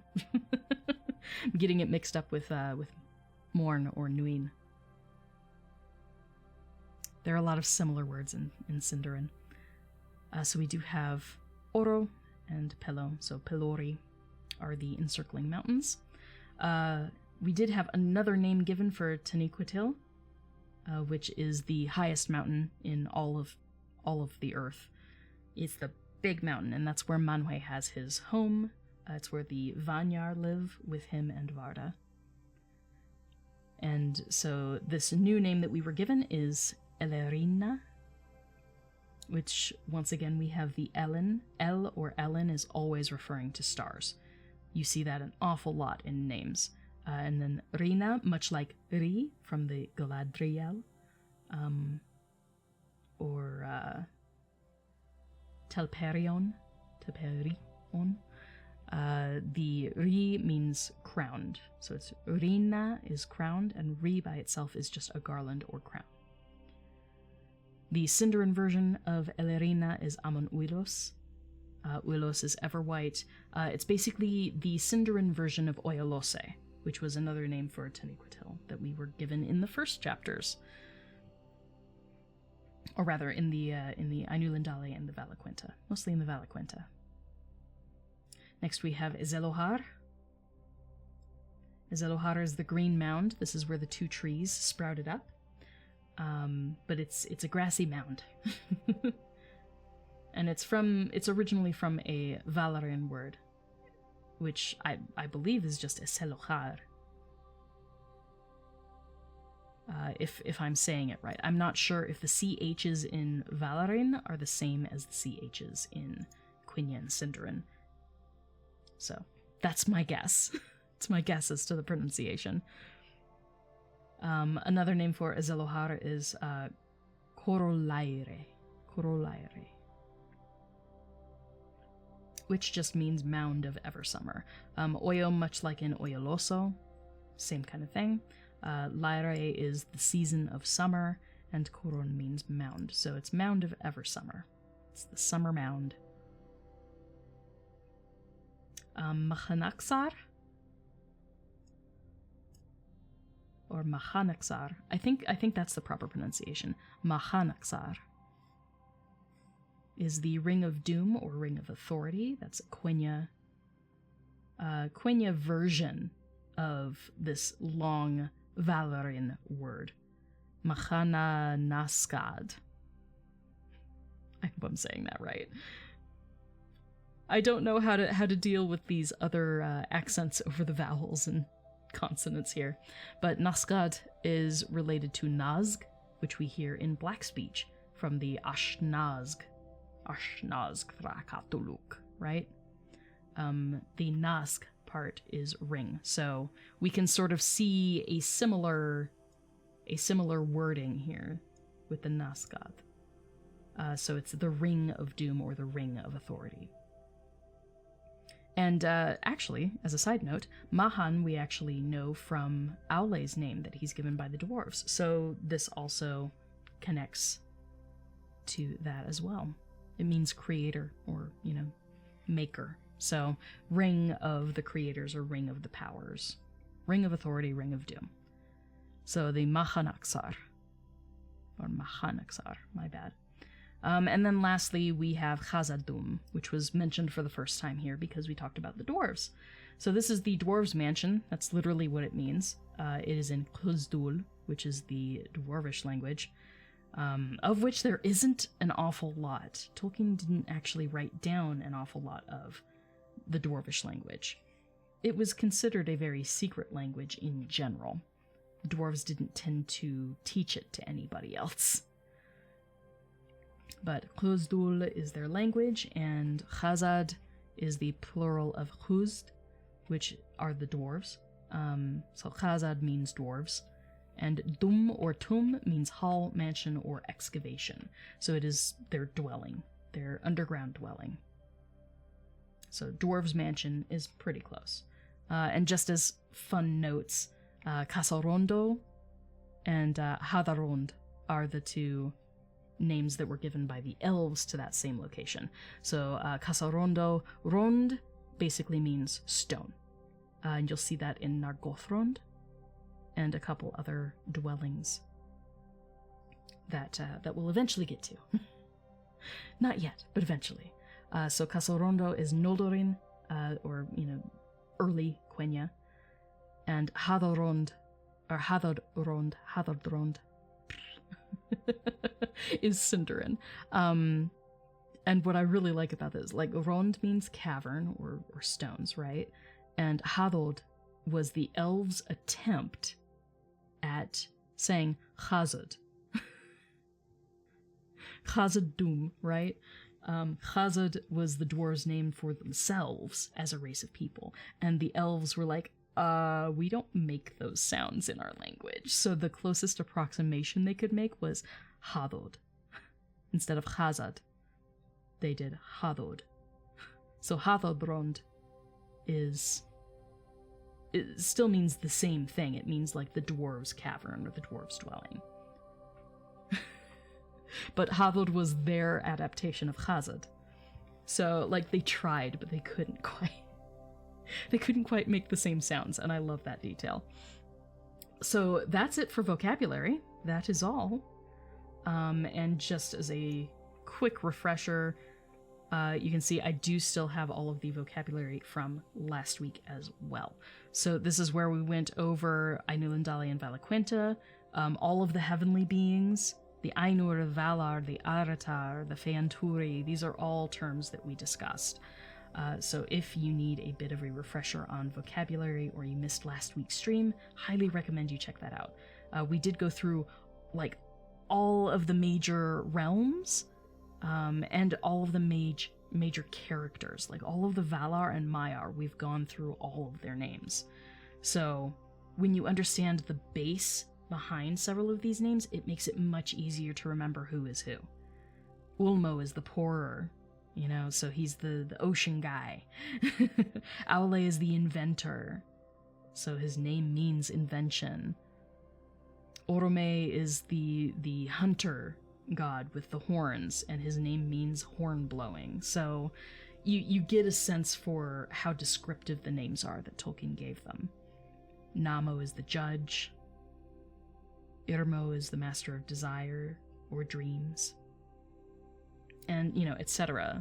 Varda and the other names that she's given, Elentari and Elbereth. Elbereth we saw in today's text, and that's the Sindarin version of her name, and it means star wife, star queen. Bereth means like a spouse. So Berethen would be like my spouse, and Elbereth is star spouse. Hope that helps. Yeah, nope.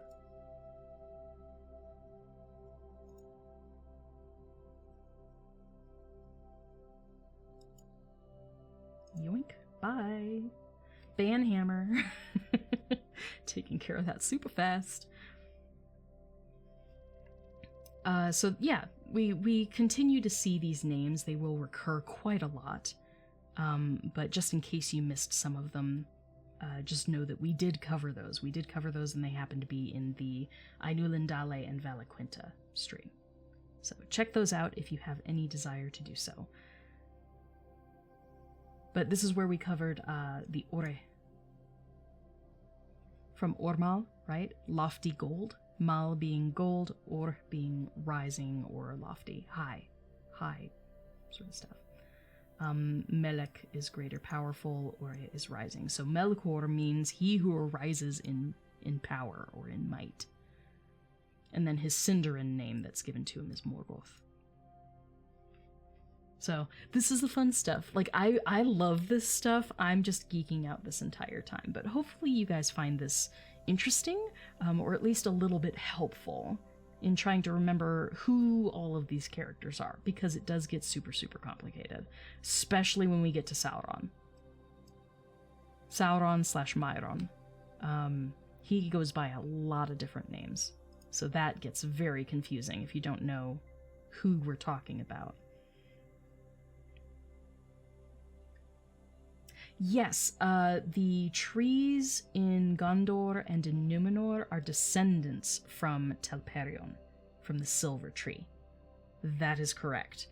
I could look it up really quickly. I know I still have that up. Let's look. I recently looked this up, so... Telperion. All right. So we've got the genealogy. So Telperion was the first. Galathilion was made in the image of Telperion, so it wasn't a direct descendant per se, but as close as you could get, because the two trees didn't themselves reproduce at all.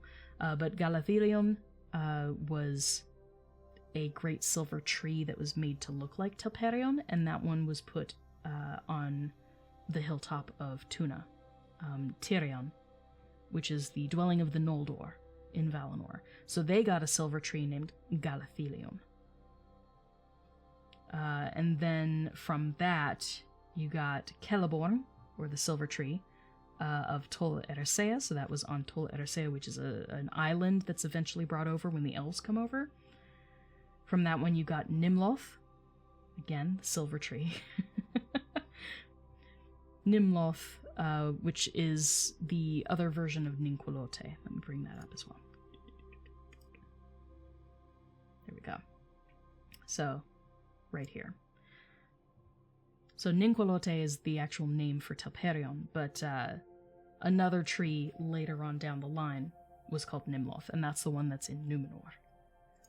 So then from the Númenórean tree, you get the first tree of Gondor, which is planted by Isildur in the Second Age, late Second Age. Then you have the second tree of Gondor, also planted by Isildur, the third tree of Gondor, and the fourth tree of Gondor. The third tree is the dead tree that we see in Lord of the Rings. It's the one that's dying. And then Elisar, or Aragorn. Aragorn is the one who plants the fourth tree of Gondor in Minas Tirith.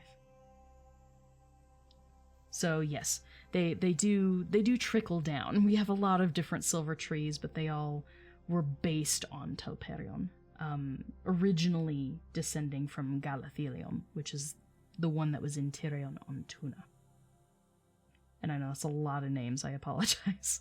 But hopefully that answers your question. Yeah, I was looking at that the other night as I wrote down all the etymologies for all of these names. I was just like, oh, Nimloth, okay. It's the Sindarin version of Ninquolote, but it's actually a completely different tree. Because things are inconsistent. But any other questions, please let me know. We can discuss other things if necessary. But that's pretty much all of the reading for today. I wanted to keep today's stream a little bit shorter. Wasn't sure if my voice would handle an entire other chapter. The next chapter is the coming of the elves. Yeah, chapter 3 of the coming of the elves and the captivity of Melkor. And that's a long one. Let's see.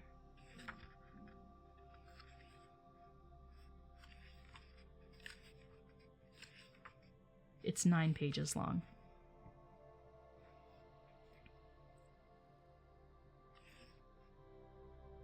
So next stream we will definitely do chapters 3 and 4. Chapter 4 is only 2 pages long, so it's a super short one.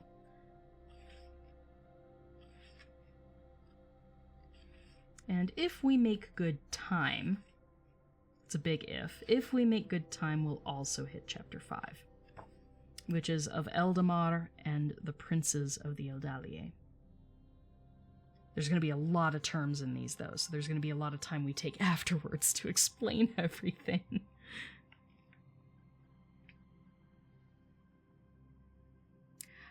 No, not necessarily. The question over on my TikTok was, if the gift of Eru is for men, does that mean that dwarves are considered to be men?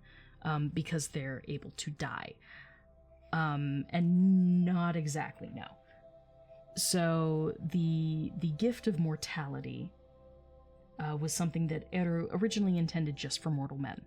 And in its own way, it's still just mortal men, because their fate is unknown. Their fate is unknown. No one's really sure what happens to them when they die, except for Ilúvatar. He's the only one who knows. So the Valar don't know really what to do with mortal men, They're not quite sure how to handle them. Like I said, agents of chaos. They don't really know what to do. But the dwarves, they were given a place in the song sort of retroactively. They weren't created by Iluvatar, so they are technically not the children of Iluvatar, but it did say in the passage that we read today that the lore that was passed down amongst the dwarves is that they have a place in Valinor. Once they die, they are sent to another part of the Halls of Mandos, which is where the elves go when they die, if they perish. So there's said to be a second, I guess, a separate wing, if you will, of the mansions of Mandos, where the dwarves will go when they perish. So they're kept apart. And that's why they're sort of treated a little bit like men, but a little bit like elves. They're kind of in between. They're not actually the children of Iluvatar, but the legends between the elves say that they will go to their own section of the Halls of Mandos, and they will help rebuild the world with Aule after the final battle, or the Dagor Dagorlad, the battle to end all battles. So basically, when the world is destroyed, they'll help rebuild it again. And at that point, once they are in Valinor and helping in that particular labor, then they are counted amongst the children of Iluvatar. They graduate, if you will, to a higher status. It's going to make Valinor an interesting place, though. I'm just saying. If all those dwarves come out of the Halls of Mandos and they're just surrounded by elves, and there's been this animosity between them for a long time, that'll make things a bit interesting in Valinor. I'm for it.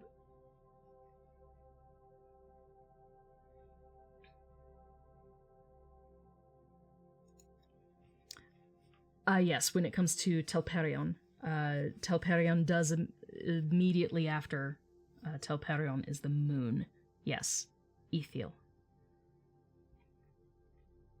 And we will get to that once we get to the darkening of Valinor, which is chapter 8. So we're still a few chapters off.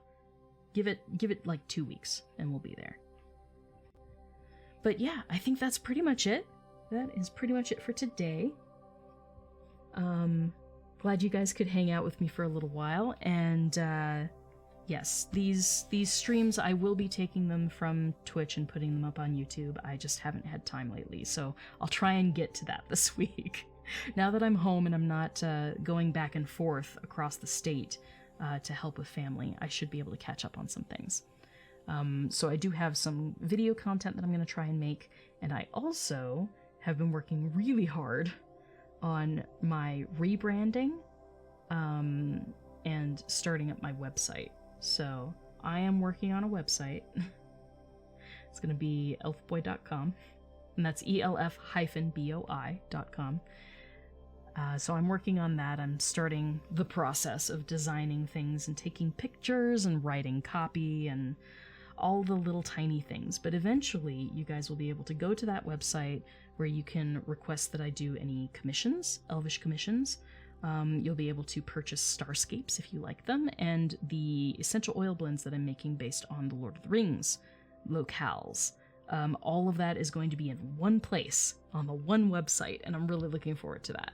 So I'm working on it. It's not up yet, but I am working on it. So once I get there, I will certainly let all of you guys know. And you guys will be the first to know when I drop my essential oil blends. I have been formulating. Mwahaha. I do need to reformulate a couple of them, so we're not quite there yet, but that's all stuff that's happening just behind the scenes. So trust me when I say I've been busy.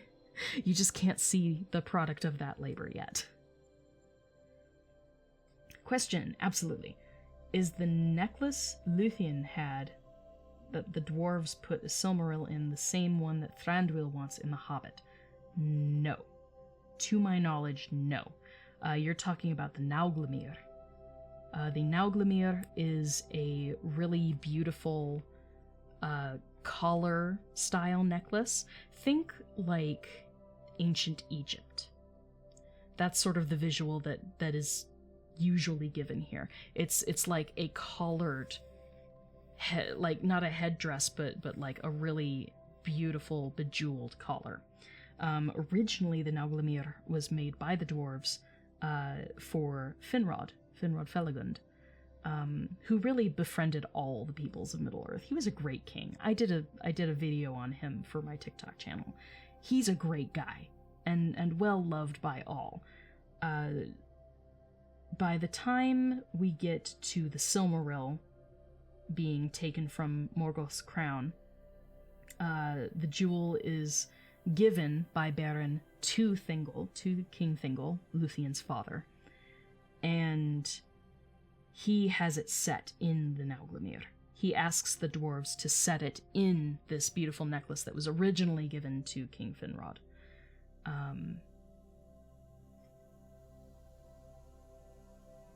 Oh, you're talking about the other Silmaril. No, the one that ends up in the Nauglimere is the Silmaril that ends up with Eärendil. It's the one that ends up in the sky, to my knowledge. I could be wrong, but if I'm remembering correctly, it's the one that ends up in the sky. The one that's cast into the ocean is the one that, basically, the two other Silmarils, the fire / earth, and water Silmarils, those two are taken from Morgoth's crown when he falls, after, like, the great battle at the end of the First Age. Those are taken by the Valar.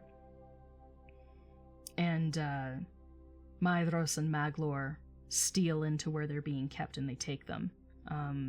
They're like, yay, we finally fulfilled our oath. Oh wait, they're burning our hands. Crap. So then Maedhros throws himself into a volcano. Big spoiler alert, sorry guys. But Maedhros throws himself into a volcano, so the Earth one returns to the Earth. Maglor throws the water one into the ocean, so the ocean one returns to the ocean, and Eärendil's was the Silmaril of air, and so his ends up in the sky. And to my knowledge, that's the one that's passed down through Lúthien's line.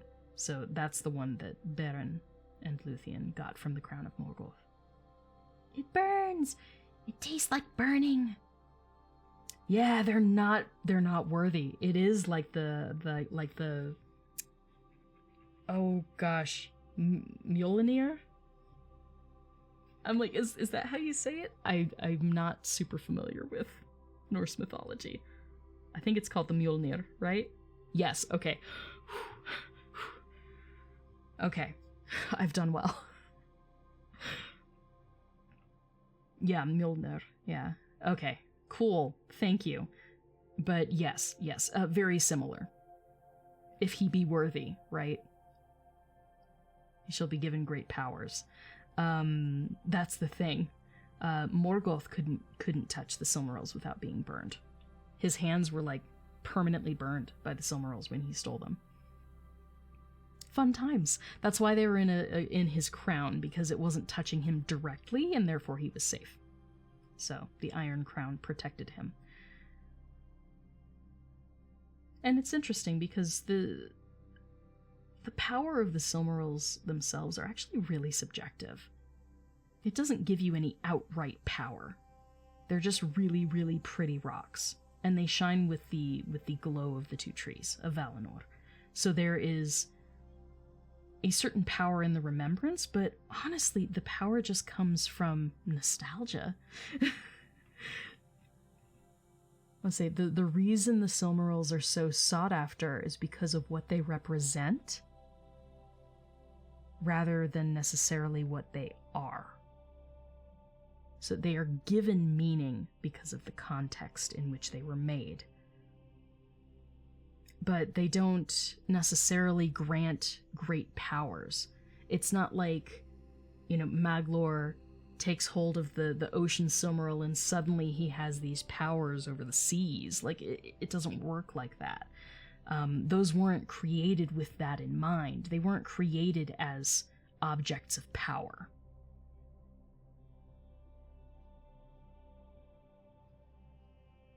Yeah, working like the One Ring, like an amplifier. That's sort of the feel that I get. That's the vibe I get when it comes to the Silmarils.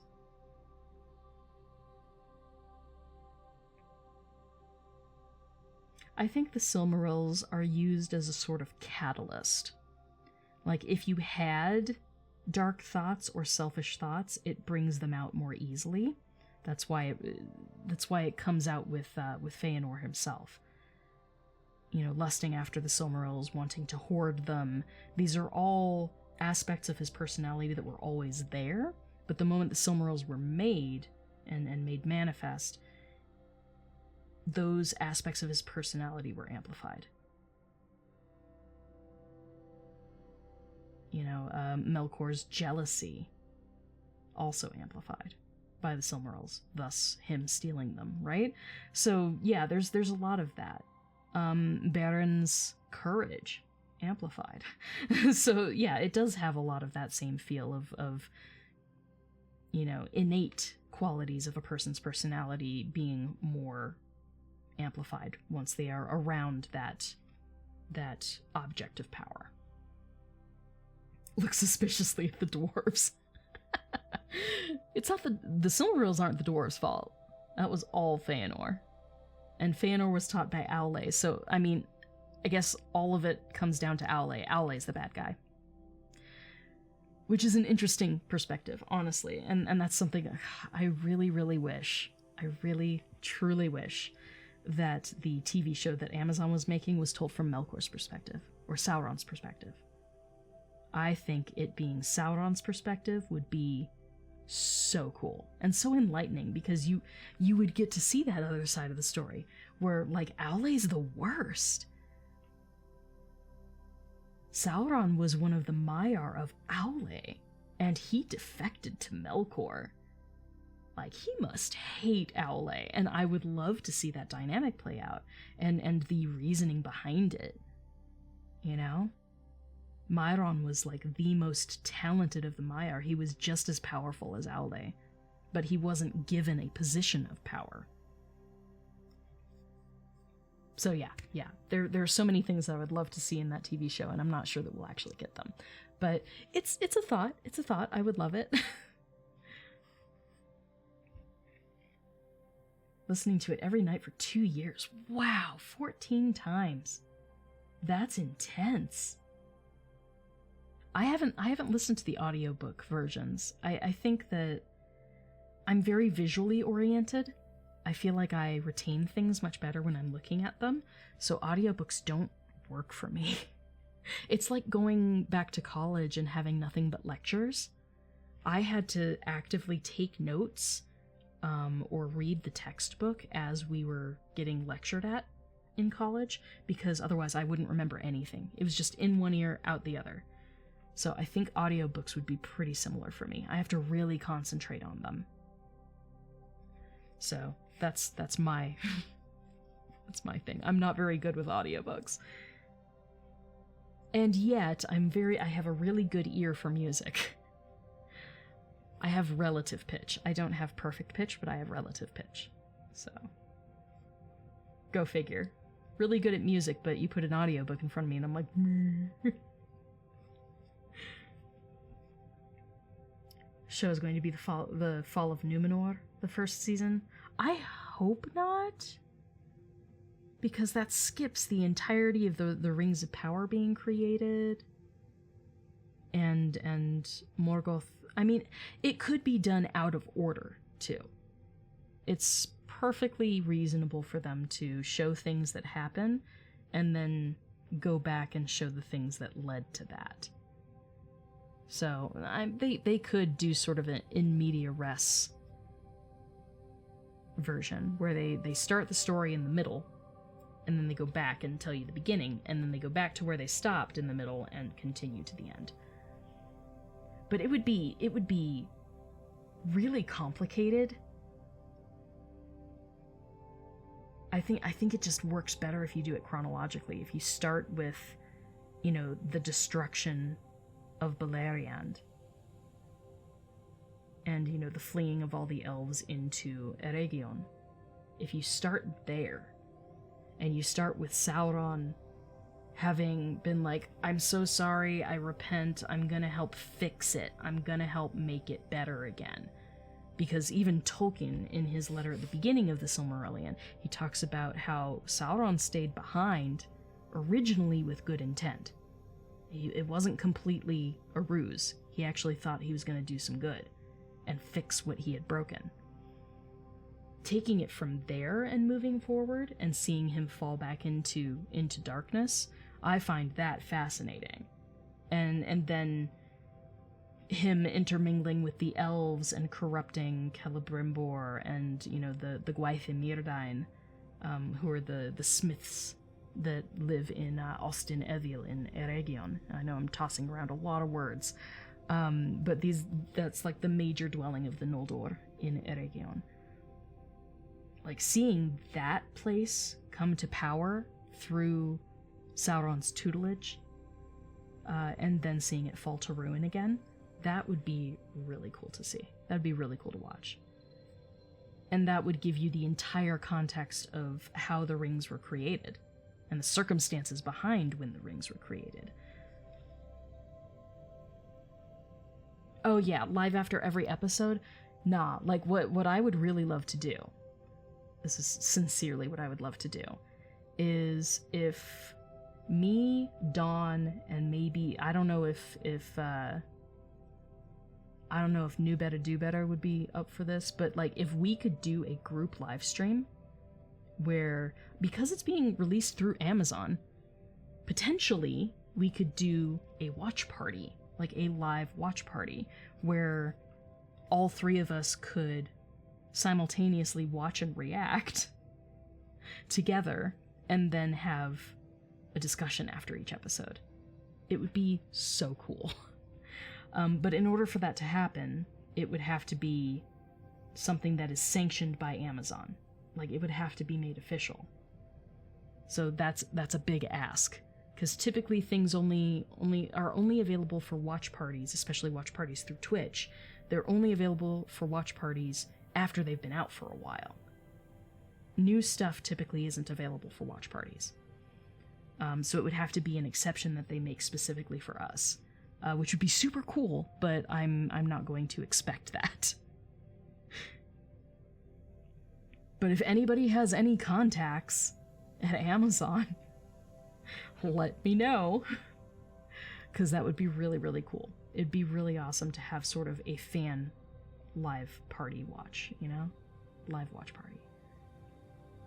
And then we could stick around. If they wanted to make it super official, they could film us. If it's still pandemic times and we can't go to a spot together and actually film it, we could all do this, like you would through a Zoom call. Like we did for our panel last weekend.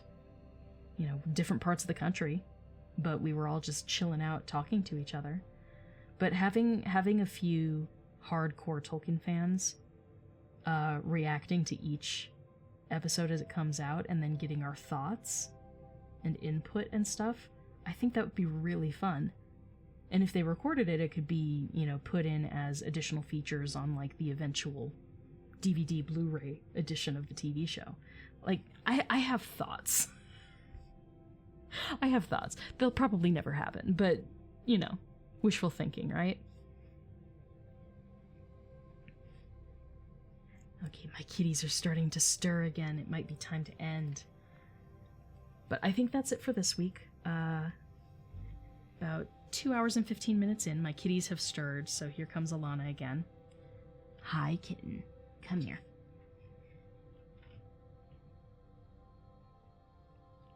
She's a good kitten. I know, you just want to be close, huh, kitten bit? She's a good girl. You've been very patient. Thank you, kitten.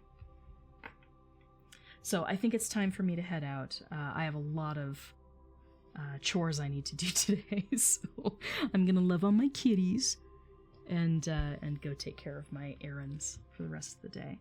But I will be back on Saturday.